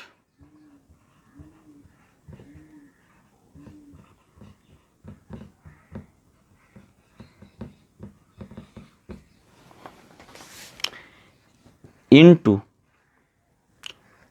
or its treatment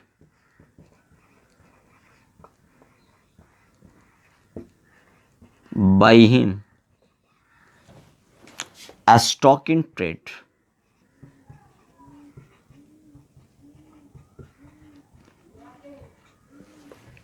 of the business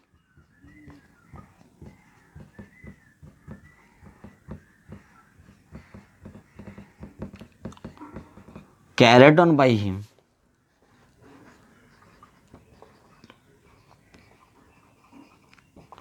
shall be chargeable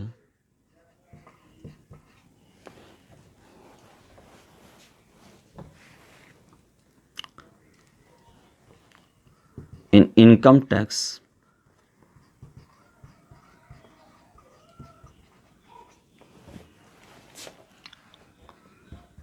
as income of the previous year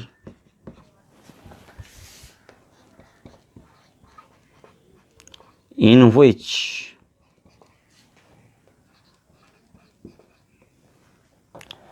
क्या लिख रहे हैं देखिए, not we standing anything contain in subsection 1। इसका मतलब तो समझ में आ गया कि सबसेक्शन 1 का जो कंटेंट है उस कंटेंट के साथ सबसेक्शन 2 का कंटेंट का कॉन्ट्राडिक्शन होगा।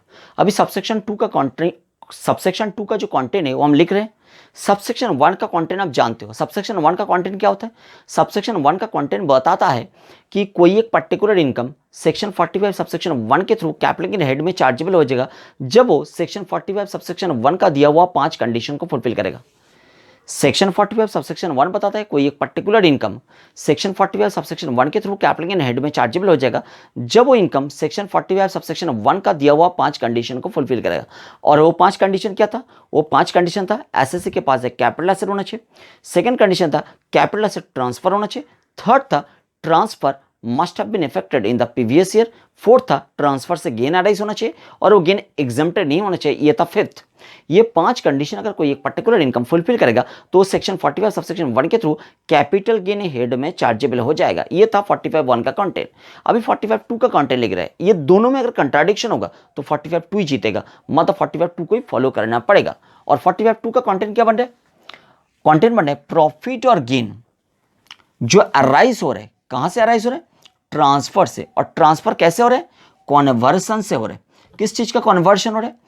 कैपिटल एसेट का कन्वर्शन हो रहा है स्टॉक इन ट्रेड में, नहीं तो कैपिटल एसेट का ट्रीटमेंट हो रहा है स्टॉक इन ट्रेड के रूप में। क्या बता रहे हैं? इधर तो कन्वर्शन हो रहा है capital asset into stock in trade, नहीं तो ट्रीटमेंट हो रहा है कैपिटल एसेट का as a stock in trade. Then क्या होगा? प्रॉफिट्स और गेन्स जो कंप्यूट होगा, कैसे कंप्यूट होगा? हमारे प्रॉफिट्स और गेन जो कंप्यूट होगा shall be chargeable to income tax income of the previous year in which such stock in trade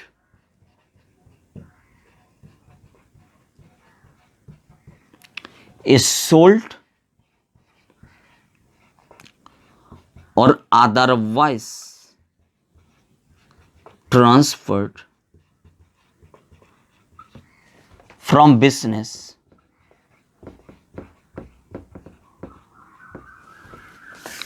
carried on by him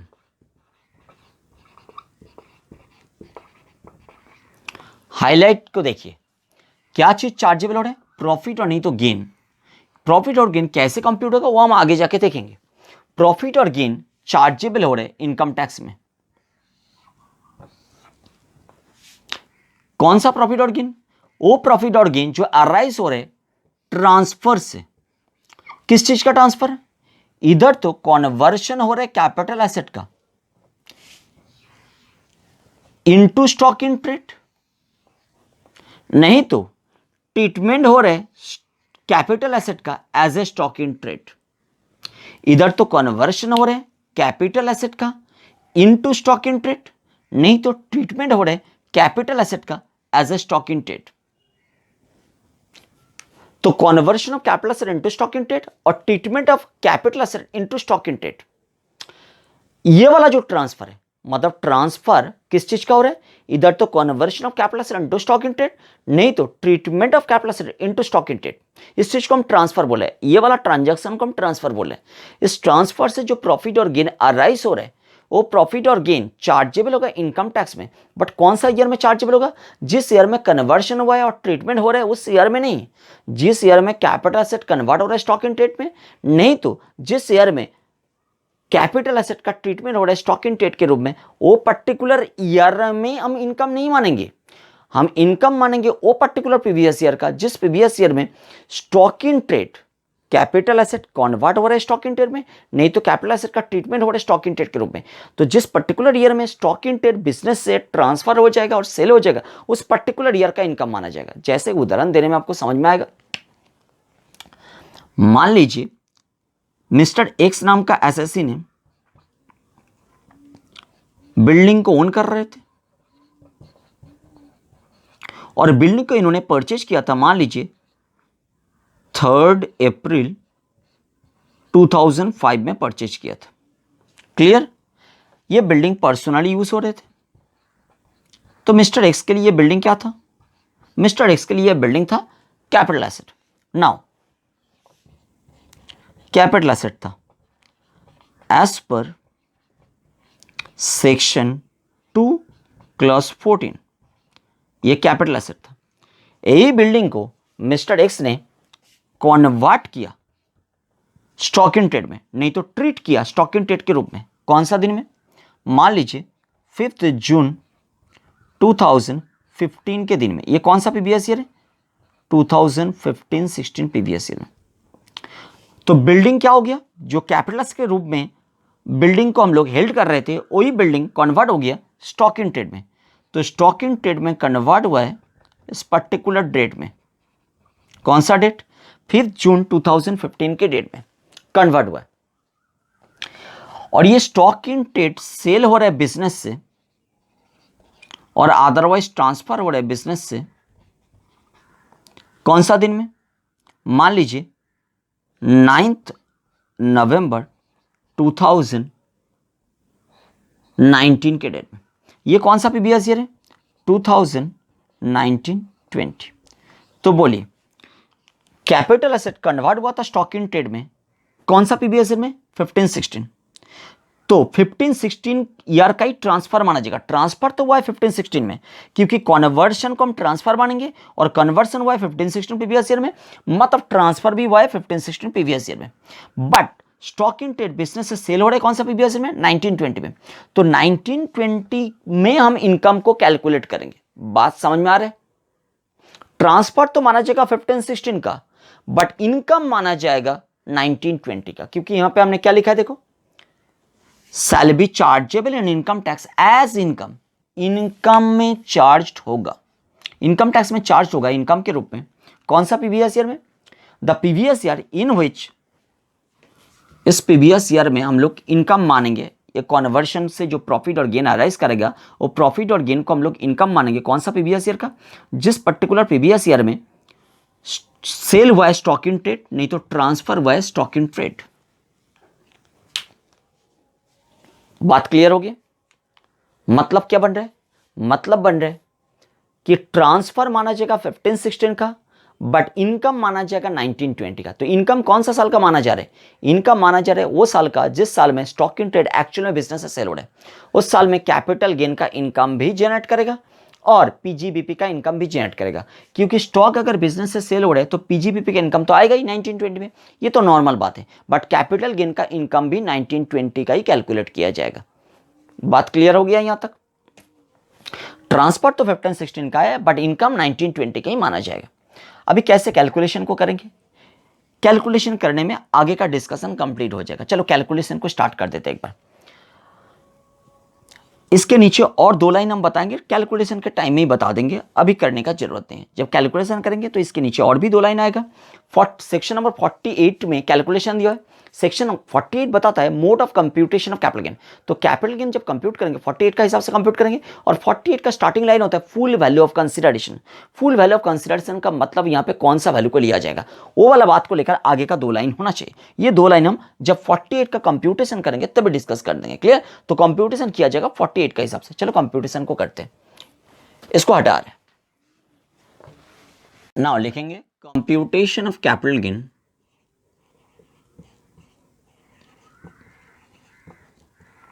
अच्छा, कंप्यूटेशन कौन सा सेक्शन के हिसाब से हो रहा है? अब बताओगे सर सेक्शन 48 का हिसाब से कंप्यूटेशन होगा। ऑफ कैपिटल गेन, कौन सा कैपिटल गेन? चार्जेबल, वो वाला कैपिटल गेन जो चार्जेबल है टू इनकम टैक्स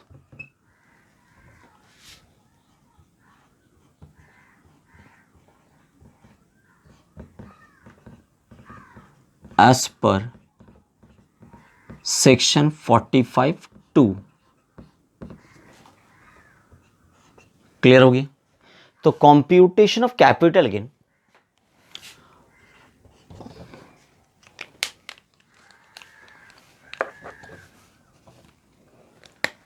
किसका कैपिटल गेन कंप्यूट कर रहे हैं? ऑफ, एसएससी का नाम लिखेंगे, फॉर द प्रीवियस ईयर। अच्छा, प्रीवियस ईयर में कौन सा ईयर आएगा? The financial year in which stock in trade is actually transferred oblique sold relating to the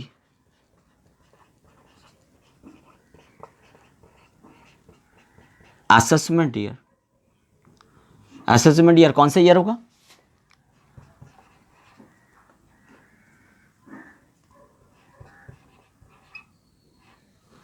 the financial year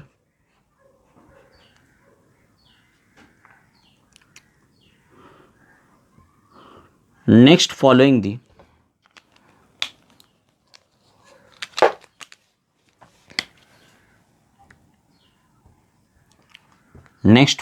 दी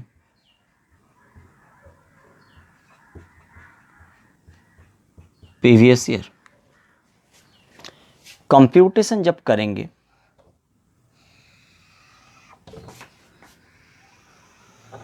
तो एक पर्टिकुलर्स, एक अमाउंट का कॉलम। ना स्टार्टिंग में क्या लिखेंगे?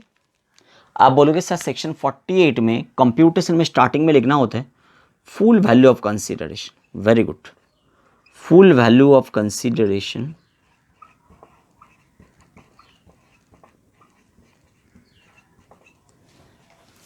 received or accruing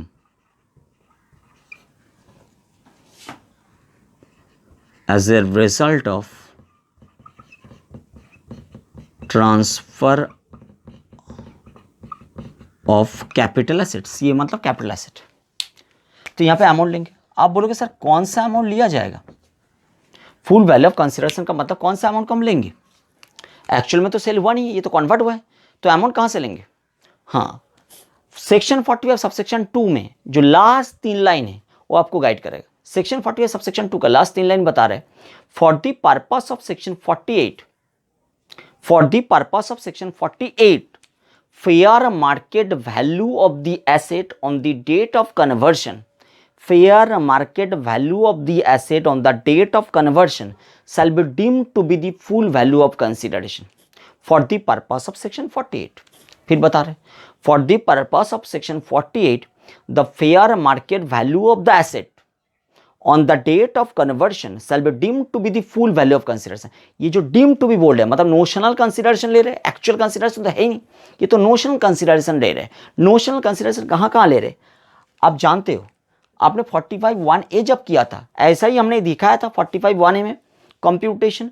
45(1)(a का कंप्यूटेशन में भी हमने for the purpose of section 48 बोलकर फुल वैल्यू ऑफ कंसिडरेशन को सम अप किया था। और फुल वैल्यू ऑफ कंसिडरेशन जब सम अप किया था for the purpose of section 48 से स्टार्ट किया था, वहां भी हमने बताया था shall be deemed to be, माना जाएगा, मतलब नोशनल कंसिडरेशन। तो नोशनल कंसिडरेशन कहाँ आ रहा है? एक बार यहाँ पे हम रफ कर रहे हैं नोशनल कंसिडरेशन कहाँ आ रहा है। एक तो आ रहा है सेक्शन 45 सबसेक्शन 1A में नोशनल कंसिडरेशन आ रहा है। अभी आपने देख रहे हैं सेक्शन 45 सबसेक्शन 2 में आ रहा है। हम आपको बता रहे 45(3) में भी आएगा नोशनल कंसिडरेशन और 45(4) में भी आएगा नोशनल कंसिडरेशन। एक्चुअल कंसिडरेशन नहीं आ रही है सब सेक्शन में। ये सब सेक्शन में 48 का कंप्यूटेशन करने के टाइम में आप देखोगे नोशनल कंसिडरेशन आ रहे, और भी हम आपको बता रहे सेक्शन 46(2) इसमें भी नोशनल कंसिडरेशन आएगा। Fifth प्रोवाइसो,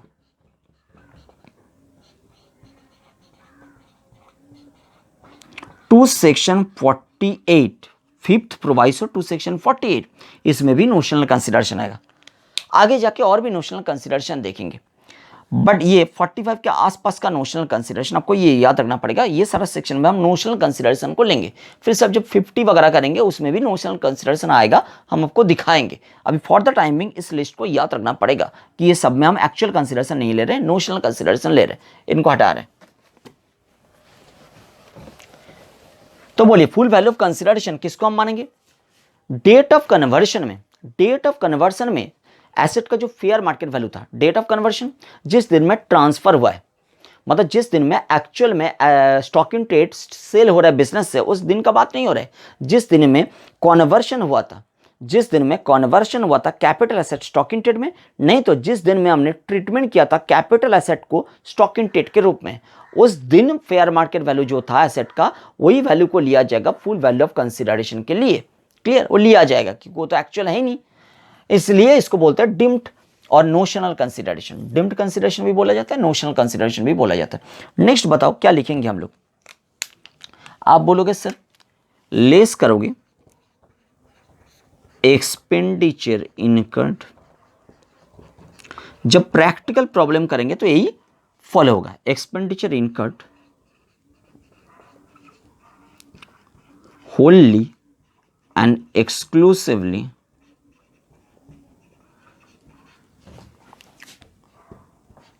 in connection with such transfer.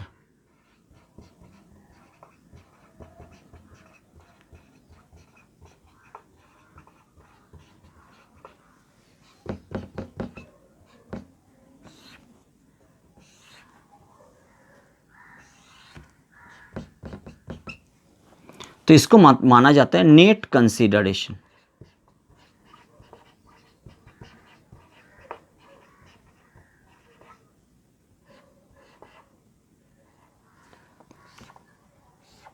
Net consideration. अच्छा, नेट कंसीडरेशन के बाद क्या आएगा?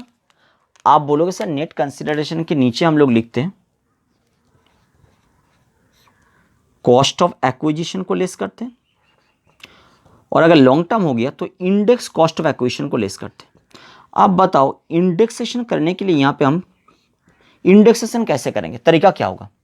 आप बोलोगे सर कॉस्ट ऑफ एक्विजिशन को मल्टीप्लाई करना होता है, मल्टीप्लाई में न्यूमरेटर और डिनोमिनेटर में क्या क्या आएगा बताओ मुझे। आप बोलोगे सर नीचे की तरफ आएगा CII of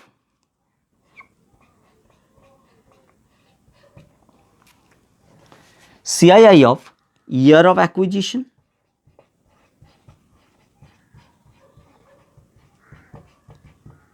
CII of year of acquisition of capital asset, और ऊपर में क्या लेंगे CII ऑफ, ये जो इंडेक्सेशन लेंगे CII लेंगे, कौन सा ईयर का लिया जाएगा? जिस ईयर में ट्रांसफर हुआ उस ईयर का, जो जिस ईयर में इनकम माना जा रहा है उस ईयर का। अगर 15-16 में कन्वर्ट हुआ है कैपिटल से स्टॉक इन ट्रेड के रूप में, बट वो स्टॉक इन ट्रेड बिजनेस से एक्चुअल में सेल हो रहा है कब? बिजनेस से एक्चुअल में सेल हो रहा है 1920 में, तो 1920 का CII लेंगे कि 15-16 का CII लेंगे? जिस साल, जिस प्रीवियस ईयर में ट्रांसफर कंप्लीट हुआ है, जिस प्रीवियस ईयर में ट्रांसफर कंप्लीट हुआ है उस प्रीवियस ईयर का CII लिया जाएगा, कि जिस ईयर में हम लोग स्टॉक इन ट्रेड को बिजनेस से सेल कर रहे हैं, मतलब जिस ईयर का इनकम माना जा रहा है उस ईयर का CII लेंगे। आप बोलोगे सर यहाँ पे CII लिया जाएगा पीरियड ऑफ होल्डिंग के ऊपर डिपेंड करके। पीरियड ऑफ होल्डिंग क्या है? लॉन्ग टर्म और शॉर्ट टर्म के लिए पीरियड ऑफ होल्डिंग का जरूरत पड़ता है। कुछ केस में 12 महीना तक क्या होता है, कुछ केस में 12 महीना तक माना जाता है शॉर्ट टर्म, 12 महीने से ऊपर होने में लॉन्ग टर्म, कुछ केस में 24 मंथ्स तक शॉर्ट टर्म, 24 मंथ से ज्यादा होने में लॉन्ग टर्म, कुछ केस में 36 मंथ्स तक शॉर्ट टर्म, 36 मंथ से ज्यादा होने में लॉन्ग टर्म। तो शॉर्ट टर्म और लॉन्ग टर्म का जो कैटेगराइजेशन है depending on period of holding, तो यहाँ पे पीरियड ऑफ होल्डिंग क्या लिया जा रहा है लॉन्ग टर्म और शॉर्ट टर्म पर्पस के लिए? पीरियड ऑफ होल्डिंग आपको बता रहे, पीरियड ऑफ होल्डिंग का मतलब जिस दिन आपने कैपिटल एसेट को एक्वायर किया था उस दिन से जिस दिन कन्वर्ट हो रहे, जिस दिन कन्वर्शन हो रहे capital asset stock in trade में, नहीं तो जिस दिन ट्रीटमेंट हो रहा है कैपिटल एसेट का स्टॉक इन ट्रेड में, मतलब जिस दिन ट्रांसफर हो रहा है, बेसिकली जिस दिन ट्रांसफर हो रहा है उस दिन तक, जिस दिन आपने एक्वायर किया था उस दिन से जिस दिन ट्रांसफर हो रहा है उस दिन तक पीरियड ऑफ होल्डिंग माना जाता है। अब बोलो इंडेक्सेशन कौन सा ईयर का लिया जाएगा। आप बोलोगे सर अगर ट्रांसफर हो रहा है 15-16 में तो इंडेक्सेशन तो 15-16 तक ही मिलेगा, इंडेक्सेशन का बेनिफिट तो ट्रांसफर तक मिलता है। तो यहाँ पे ट्रांसफर अगर हो रहा है 15-16 में तो इंडेक्सेशन का बेनिफिट भी 15-16 तक मिलेगा, मतलब जहां पीरियड ऑफ होल्डिंग खत्म हो रहा है वहां तक ही इंडेक्सेशन का बेनिफिट मिलेगा। क्लियर। हम लोग इनकम को तो कंप्यूट करेंगे 1920 में, बट इंडेक्सेशन लिया जाएगा कब तक, इंडेक्सेशन लिया जाएगा ईयर ऑफ ट्रांसफर तक। क्लियर। तो हम लेंगे CII of year of transfer,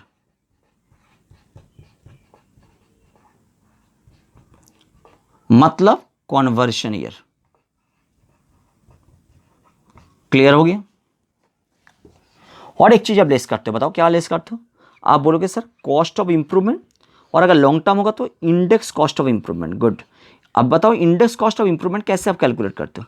index cost of improvement calculate करने के लिए आप कॉस्ट ऑफ इंप्रूवमेंट को लेते हो, मल्टीप्लाई करते हो। क्या मल्टीप्लाई करते हो, न्यूमरेटर और डिनोमिनेटर में क्या कर रहते हैं बताओ। आप बोलोगे नीचे तो रहता है CII of year of improvement, ऊपर में क्या लिखते हो CII of same year of transfer,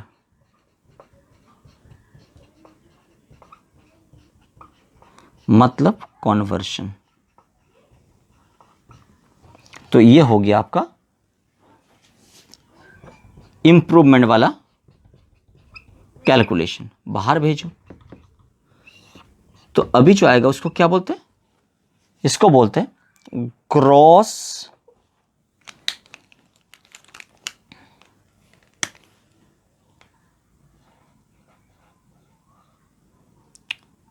long term, नहीं तो शॉर्ट टर्म कैपिटल गेन। अच्छा, अभी ये जो रिकॉर्डिंग चल रहा है ये रिकॉर्डिंग लॉकडाउन पीरियड में चल रहा है, और लॉकडाउन पीरियड में ये पेन आप देख रहे हो, पेन में दिक्कत खड़ा हो रहा है, पेन परचेज नहीं कर पा रहे ड्यू टू लॉकडाउन, और ये लॉकडाउन पीरियड में हम ये रिकॉर्डिंग कर रहे हैं, तो इसलिए पेन में थोड़ा दिक्कत होगा, आपको साथ देना पड़ेगा। क्लियर है। तो ये दिक्कत को लेकर ही हम लोग रिकॉर्डिंग आगे करते रहेंगे, और आगे भी ऐसा दिक्कत आएगा। Now gross long term capital gain और short long term, gross short term capital gain, gross long term capital gain, नहीं तो gross short term capital gain. यहां से हम लेस क्या करेंगे, यहां से हम लेस करेंगे एग्जामिशन को।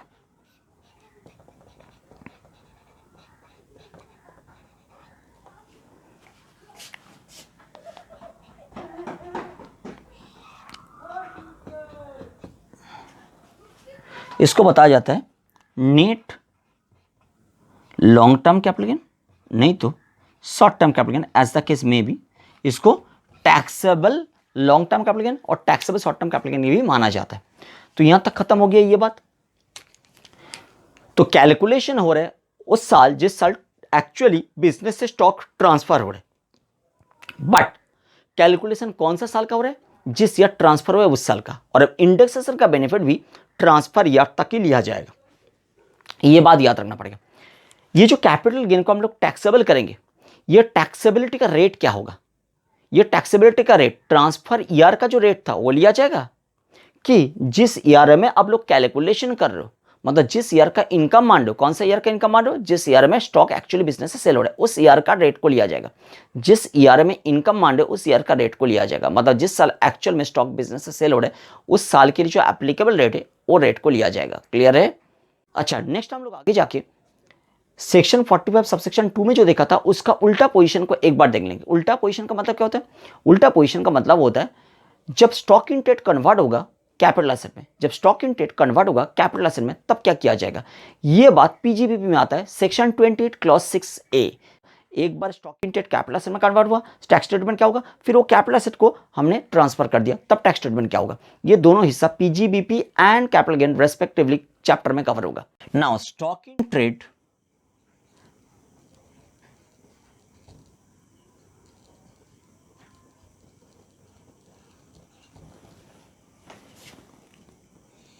कन्वर्ट हो रहे हैं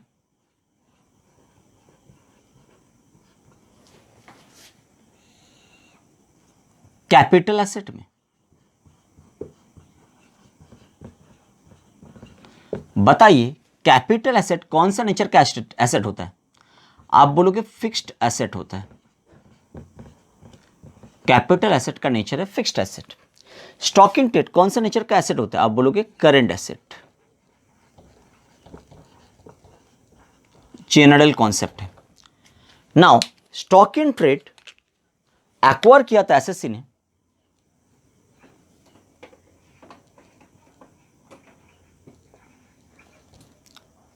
ऑन 30 जून 2016 में फॉर ₹22 lakhs, ये अज्यूम कर रहे हैं, और जिस दिन कन्वर्ट हो रहे हैं उस दिन वही वाला एसेट का फेयर मार्केट वैल्यू था, fair market value FMV of asset convert कौन सा दिन में हो रहा है? डेट ले रहे, एसेट कन्वर्ट हो रहे 1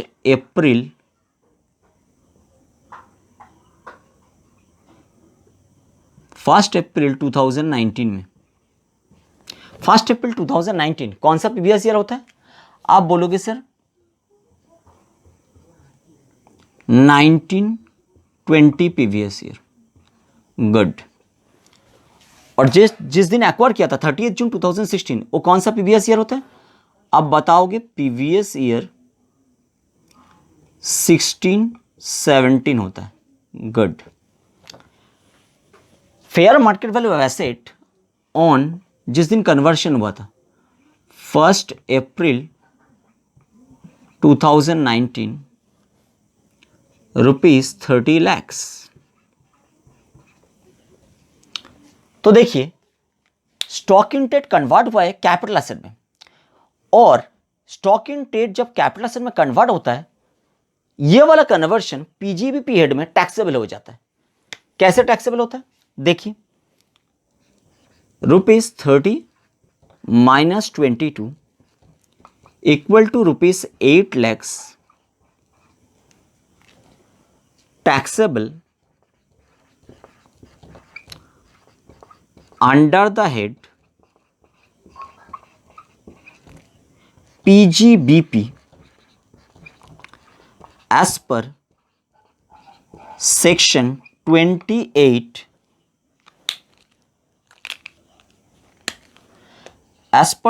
28 clause 6A। क्लियर हो गया? अभी देखो ये कैपिटल एसेट को आप यूज कर रहे हो, कौन सा रूप में यूज कर रहे हो? अगर हम मानेंगे कैपिटल एसेट को यूज कर रहे हो for the purpose of business और प्रोफेशन,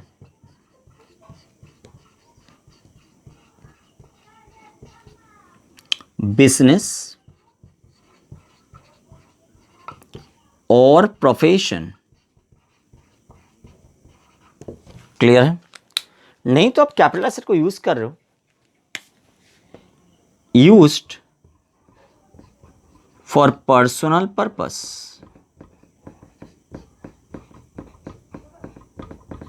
क्लियर?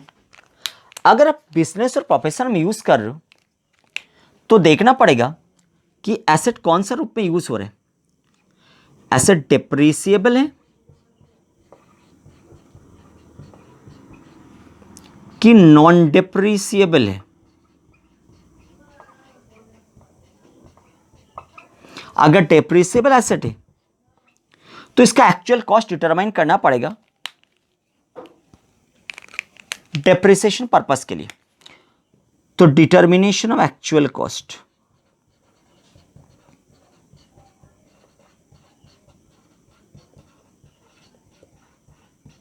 और एक्चुअल कॉस्ट डिटरमाइन करने के लिए तरीका क्या है? एक्सप्लेनेशन 1A 2 सेक्शन 43(1), इसी का बात हो रहे थे। Explanation 1A 2 section 43(1). अच्छा, इसका हिसाब से एक्चुअल कॉस्ट कितना होगा? Fair market value on the date of conversion, conversion के दिन में जो फेयर मार्केट वैल्यू था वही माना जाएगा actual cost as per explanation 1A 2 section 43(1), that is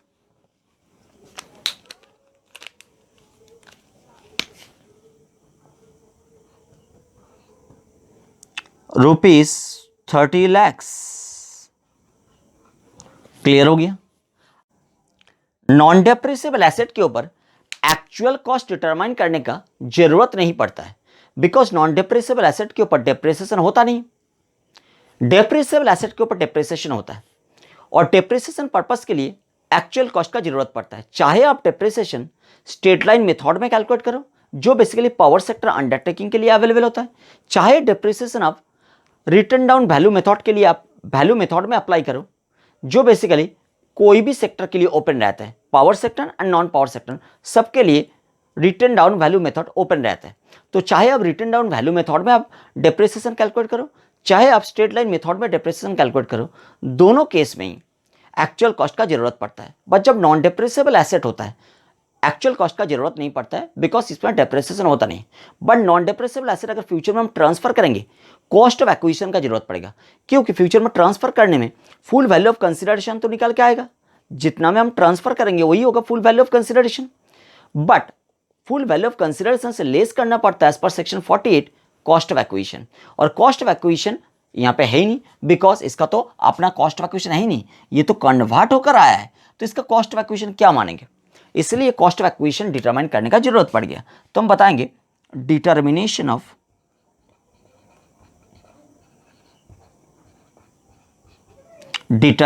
of cost of acquisition.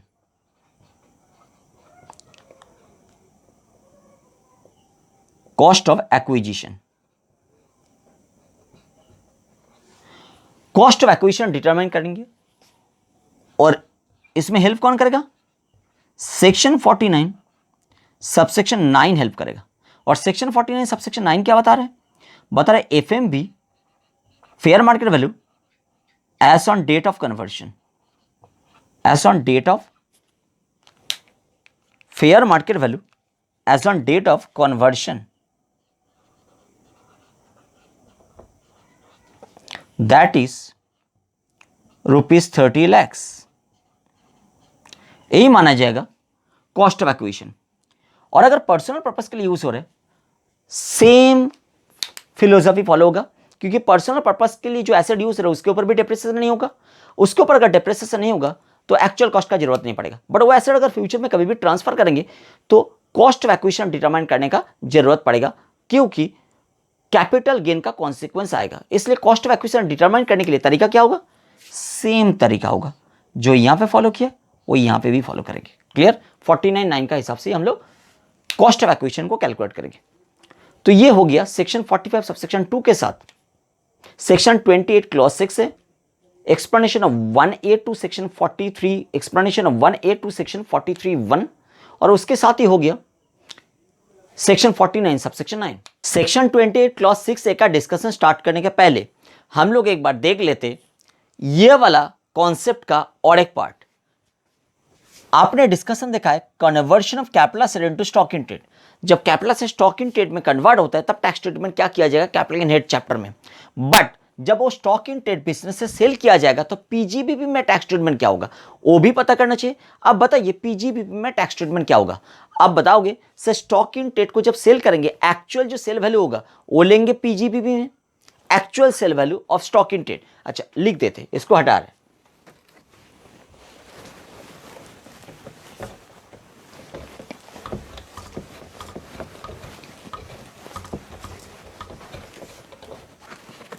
जब आप स्टॉक इन ट्रेड को सेल कर रहे हो, कन्वर्ट हो गया capital asset into stock in trade, अब ये स्टॉक इन ट्रेड को आप सेल कर रहे हो तो पीजीबीपी में इनकम आप कितना बुक करोगे, पीजीबीपी में आप दिखाओगे, पीजीबीपी का इनकम जब हम लोग कंप्यूट करेंगे तो आप दिखाओगे actual sale value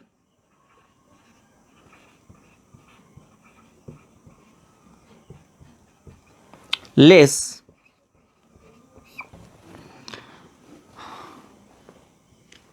cost of stock in trade, actual sale value of stock in trade less करोगे cost of stock in trade. बोलो cost of stock in trade कितना आप दिखाओगे। अब बताओगे sir capital asset stock in trade में convert हुआ था, स्टॉक इन ट्रेड तो हमने मार्केट से नहीं खरीदा था, stock in trade capital asset को कन्वर्ट करके जेनरेट हुआ था। तो कैपिटल एसेट जिस दिन स्टॉक इन ट्रेड में कन्वर्ट हुआ था उस दिन का जो फेयर मार्केट वैल्यू है, कैपिटल एसेट जिस दिन स्टॉक इन ट्रेड में कन्वर्ट हुआ था उस दिन जो फेयर मार्केट वैल्यू है वही फेयर मार्केट वैल्यू जो आपने फुल वैल्यू ऑफ कंसिडरेशन मान लिया था कैपिटल गेन कंप्यूटेशन करने के टाइम में, वही आप कॉस्ट ऑफ एक्विजिशन मानोगे of stock in trade, stock in trade का कॉस्ट मानोगे। तो हम यहां पे नीचे लिख के दे रहे हैं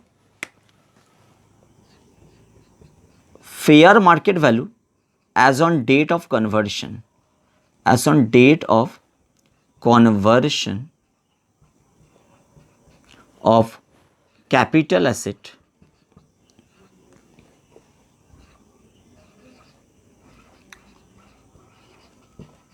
into stock in trade। और एक चीज हम लेस करेंगे, क्या लेस करेंगे? Expenses on transfer.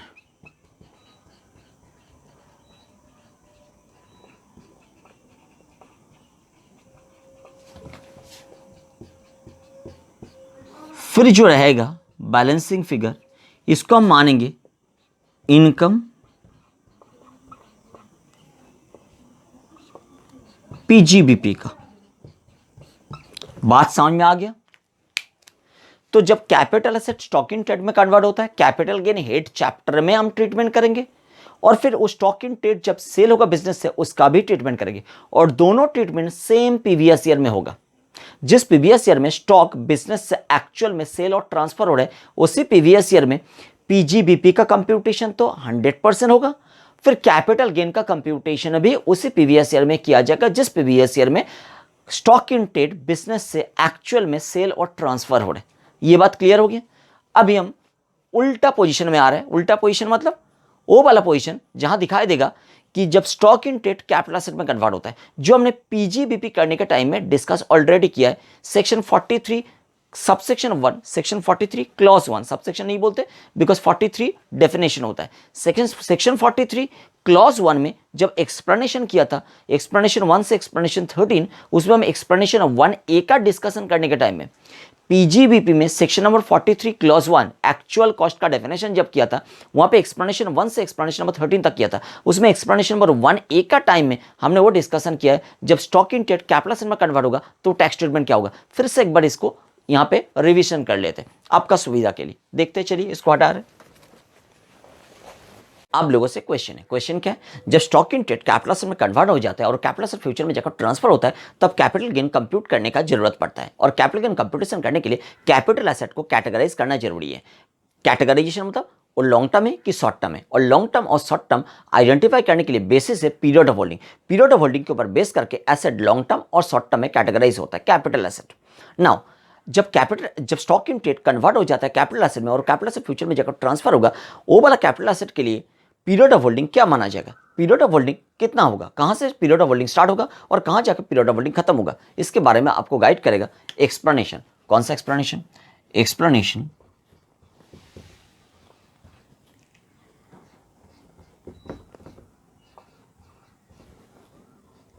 To section 2 clause 42A। Section 2 clause 42A जो basically short term capital asset का डेफिनेशन होता है।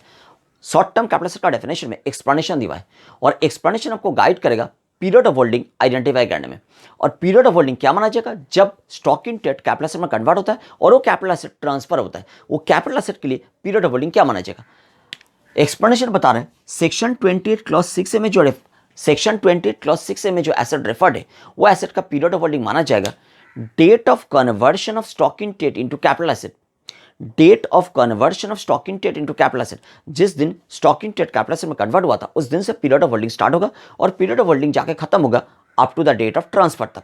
मतलब period of holding equal to from the date of conversion of stock in trade into capital asset up to the date of transfer, from the date of conversion of stock in trade into capital asset up to the date of transfer. ये होगा period of holding. और ये period of holding के ऊपर base करके आप identify कर सकते हो कि ये शॉर्ट टर्म है कि लॉन्ग टर्म है।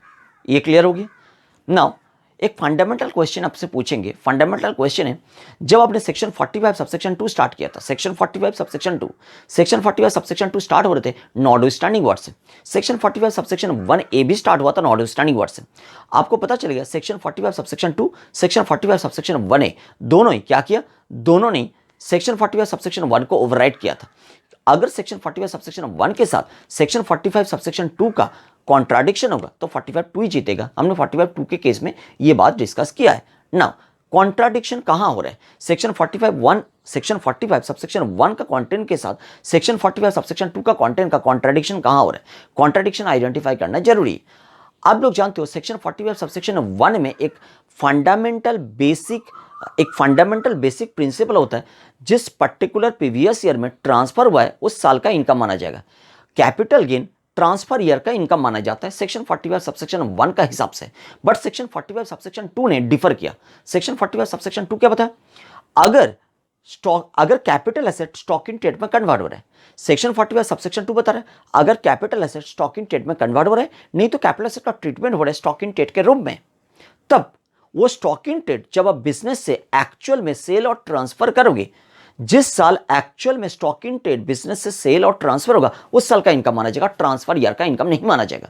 ट्रांसफर जिस साल हो रहा है, ट्रांसफर मतलब जब कन्वर्ट हो रहा है capital asset stock in trade के रूप में, नहीं तो कैपिटल एसेट को आप स्टॉक इन ट्रेड के रूप में ट्रीटमेंट कर रहे हो। इधर तो कन्वर्ट हो रहा है, नहीं तो ट्रीटमेंट हो रहा है। कैपिटल एसेट कन्वर्ट हो रहा है स्टॉक इन ट्रेड में, नहीं तो कैपिटल एसेट का ट्रीटमेंट हो रहा है स्टॉक इन ट्रेड के रूप में। जिस साल ऐसा कन्वर्शन और ट्रीटमेंट हो रहा है उस साल ही तो ट्रांसफर ईयर माना जाएगा, क्योंकि कन्वर्सन और ट्रीटमेंट को ट्रांसफर माना गया है सेक्शन 2 क्लास 47 के थ्रू। तो जिस पर्टिकुलर प्रीवियस ईयर में कन्वर्सन और ट्रीटमेंट हो रहा है कैपिटल एसेट का स्टॉक इन ट्रेड के रूप में, उस पर्टिकुलर ईयर को ट्रांसफर ईयर माना जाएगा। बट सेक्शन 45 सबसेक्शन 2 बता रहे ट्रांसफर ईयर का इनकम हम नहीं मानेंगे, हम तो इनकम मानेंगे उस साल का जिस साल वो स्टॉक इन ट्रेड एक्चुअल में बिजनेस से सेल और ट्रांसफर होगा। तो स्टॉक इन ट्रेड बिजनेस से एक्चुअल में जब ट्रांसफर और सेल होगा, वो पर्टिकुलर प्रीवियस ईयर जिस प्रीवियस ईयर में ट्रांसफर और सेल होगा स्टॉक इन ट्रेड बिजनेस से, उस पर्टिकुलर प्रीवियस ईयर का इनकम माना जाएगा। तो इस केस में 45(1) और 45(2) कॉन्ट्राडिक्शन किया तो आप बोलोगे सर 45(1) में लिखा हुआ है ट्रांसफर ईयर का इनकम माना जाएगा और 45(2) में लिखा हुआ है जिस साल सेल होगा स्टॉक इन ट्रेड का बिजनेस से पीजीबीपी से उस साल का इनकम माना जाएगा। तो दोनों का कॉन्ट्राडिक्शन में कौन जीतेगा? आपको आंसर पता है, 45(2) में जो लिखा है वही जीतेगा। मतलब in case of conversion of capital asset into stock in trade और in case of treatment of capital asset into stock in trade, जिस साल स्टॉक इन ट्रेड पीजीबीपी से सेल होगा उस साल का इनकम माना जाएगा। ट्रांसफर ईयर का मतलब कन्वर्सन ईयर का जिस साल कन्वर्ट हो रहा है और ट्रीटमेंट हो रहा है capital asset stock in trade में, उस साल का इनकम नहीं माना जाएगा। ये बात क्लियर हो गया कि कौन सा एंगल से सेक्शन 45 सबसेक्शन 2 सेक्शन 45 सबसेक्शन 1 को ओवरराइड किया। अभी हम लोग डिस्कस करेंगे सेक्शन 45 सबसेक्शन 3 को। क्लियर है? इसको हम रिमूव करते हैं।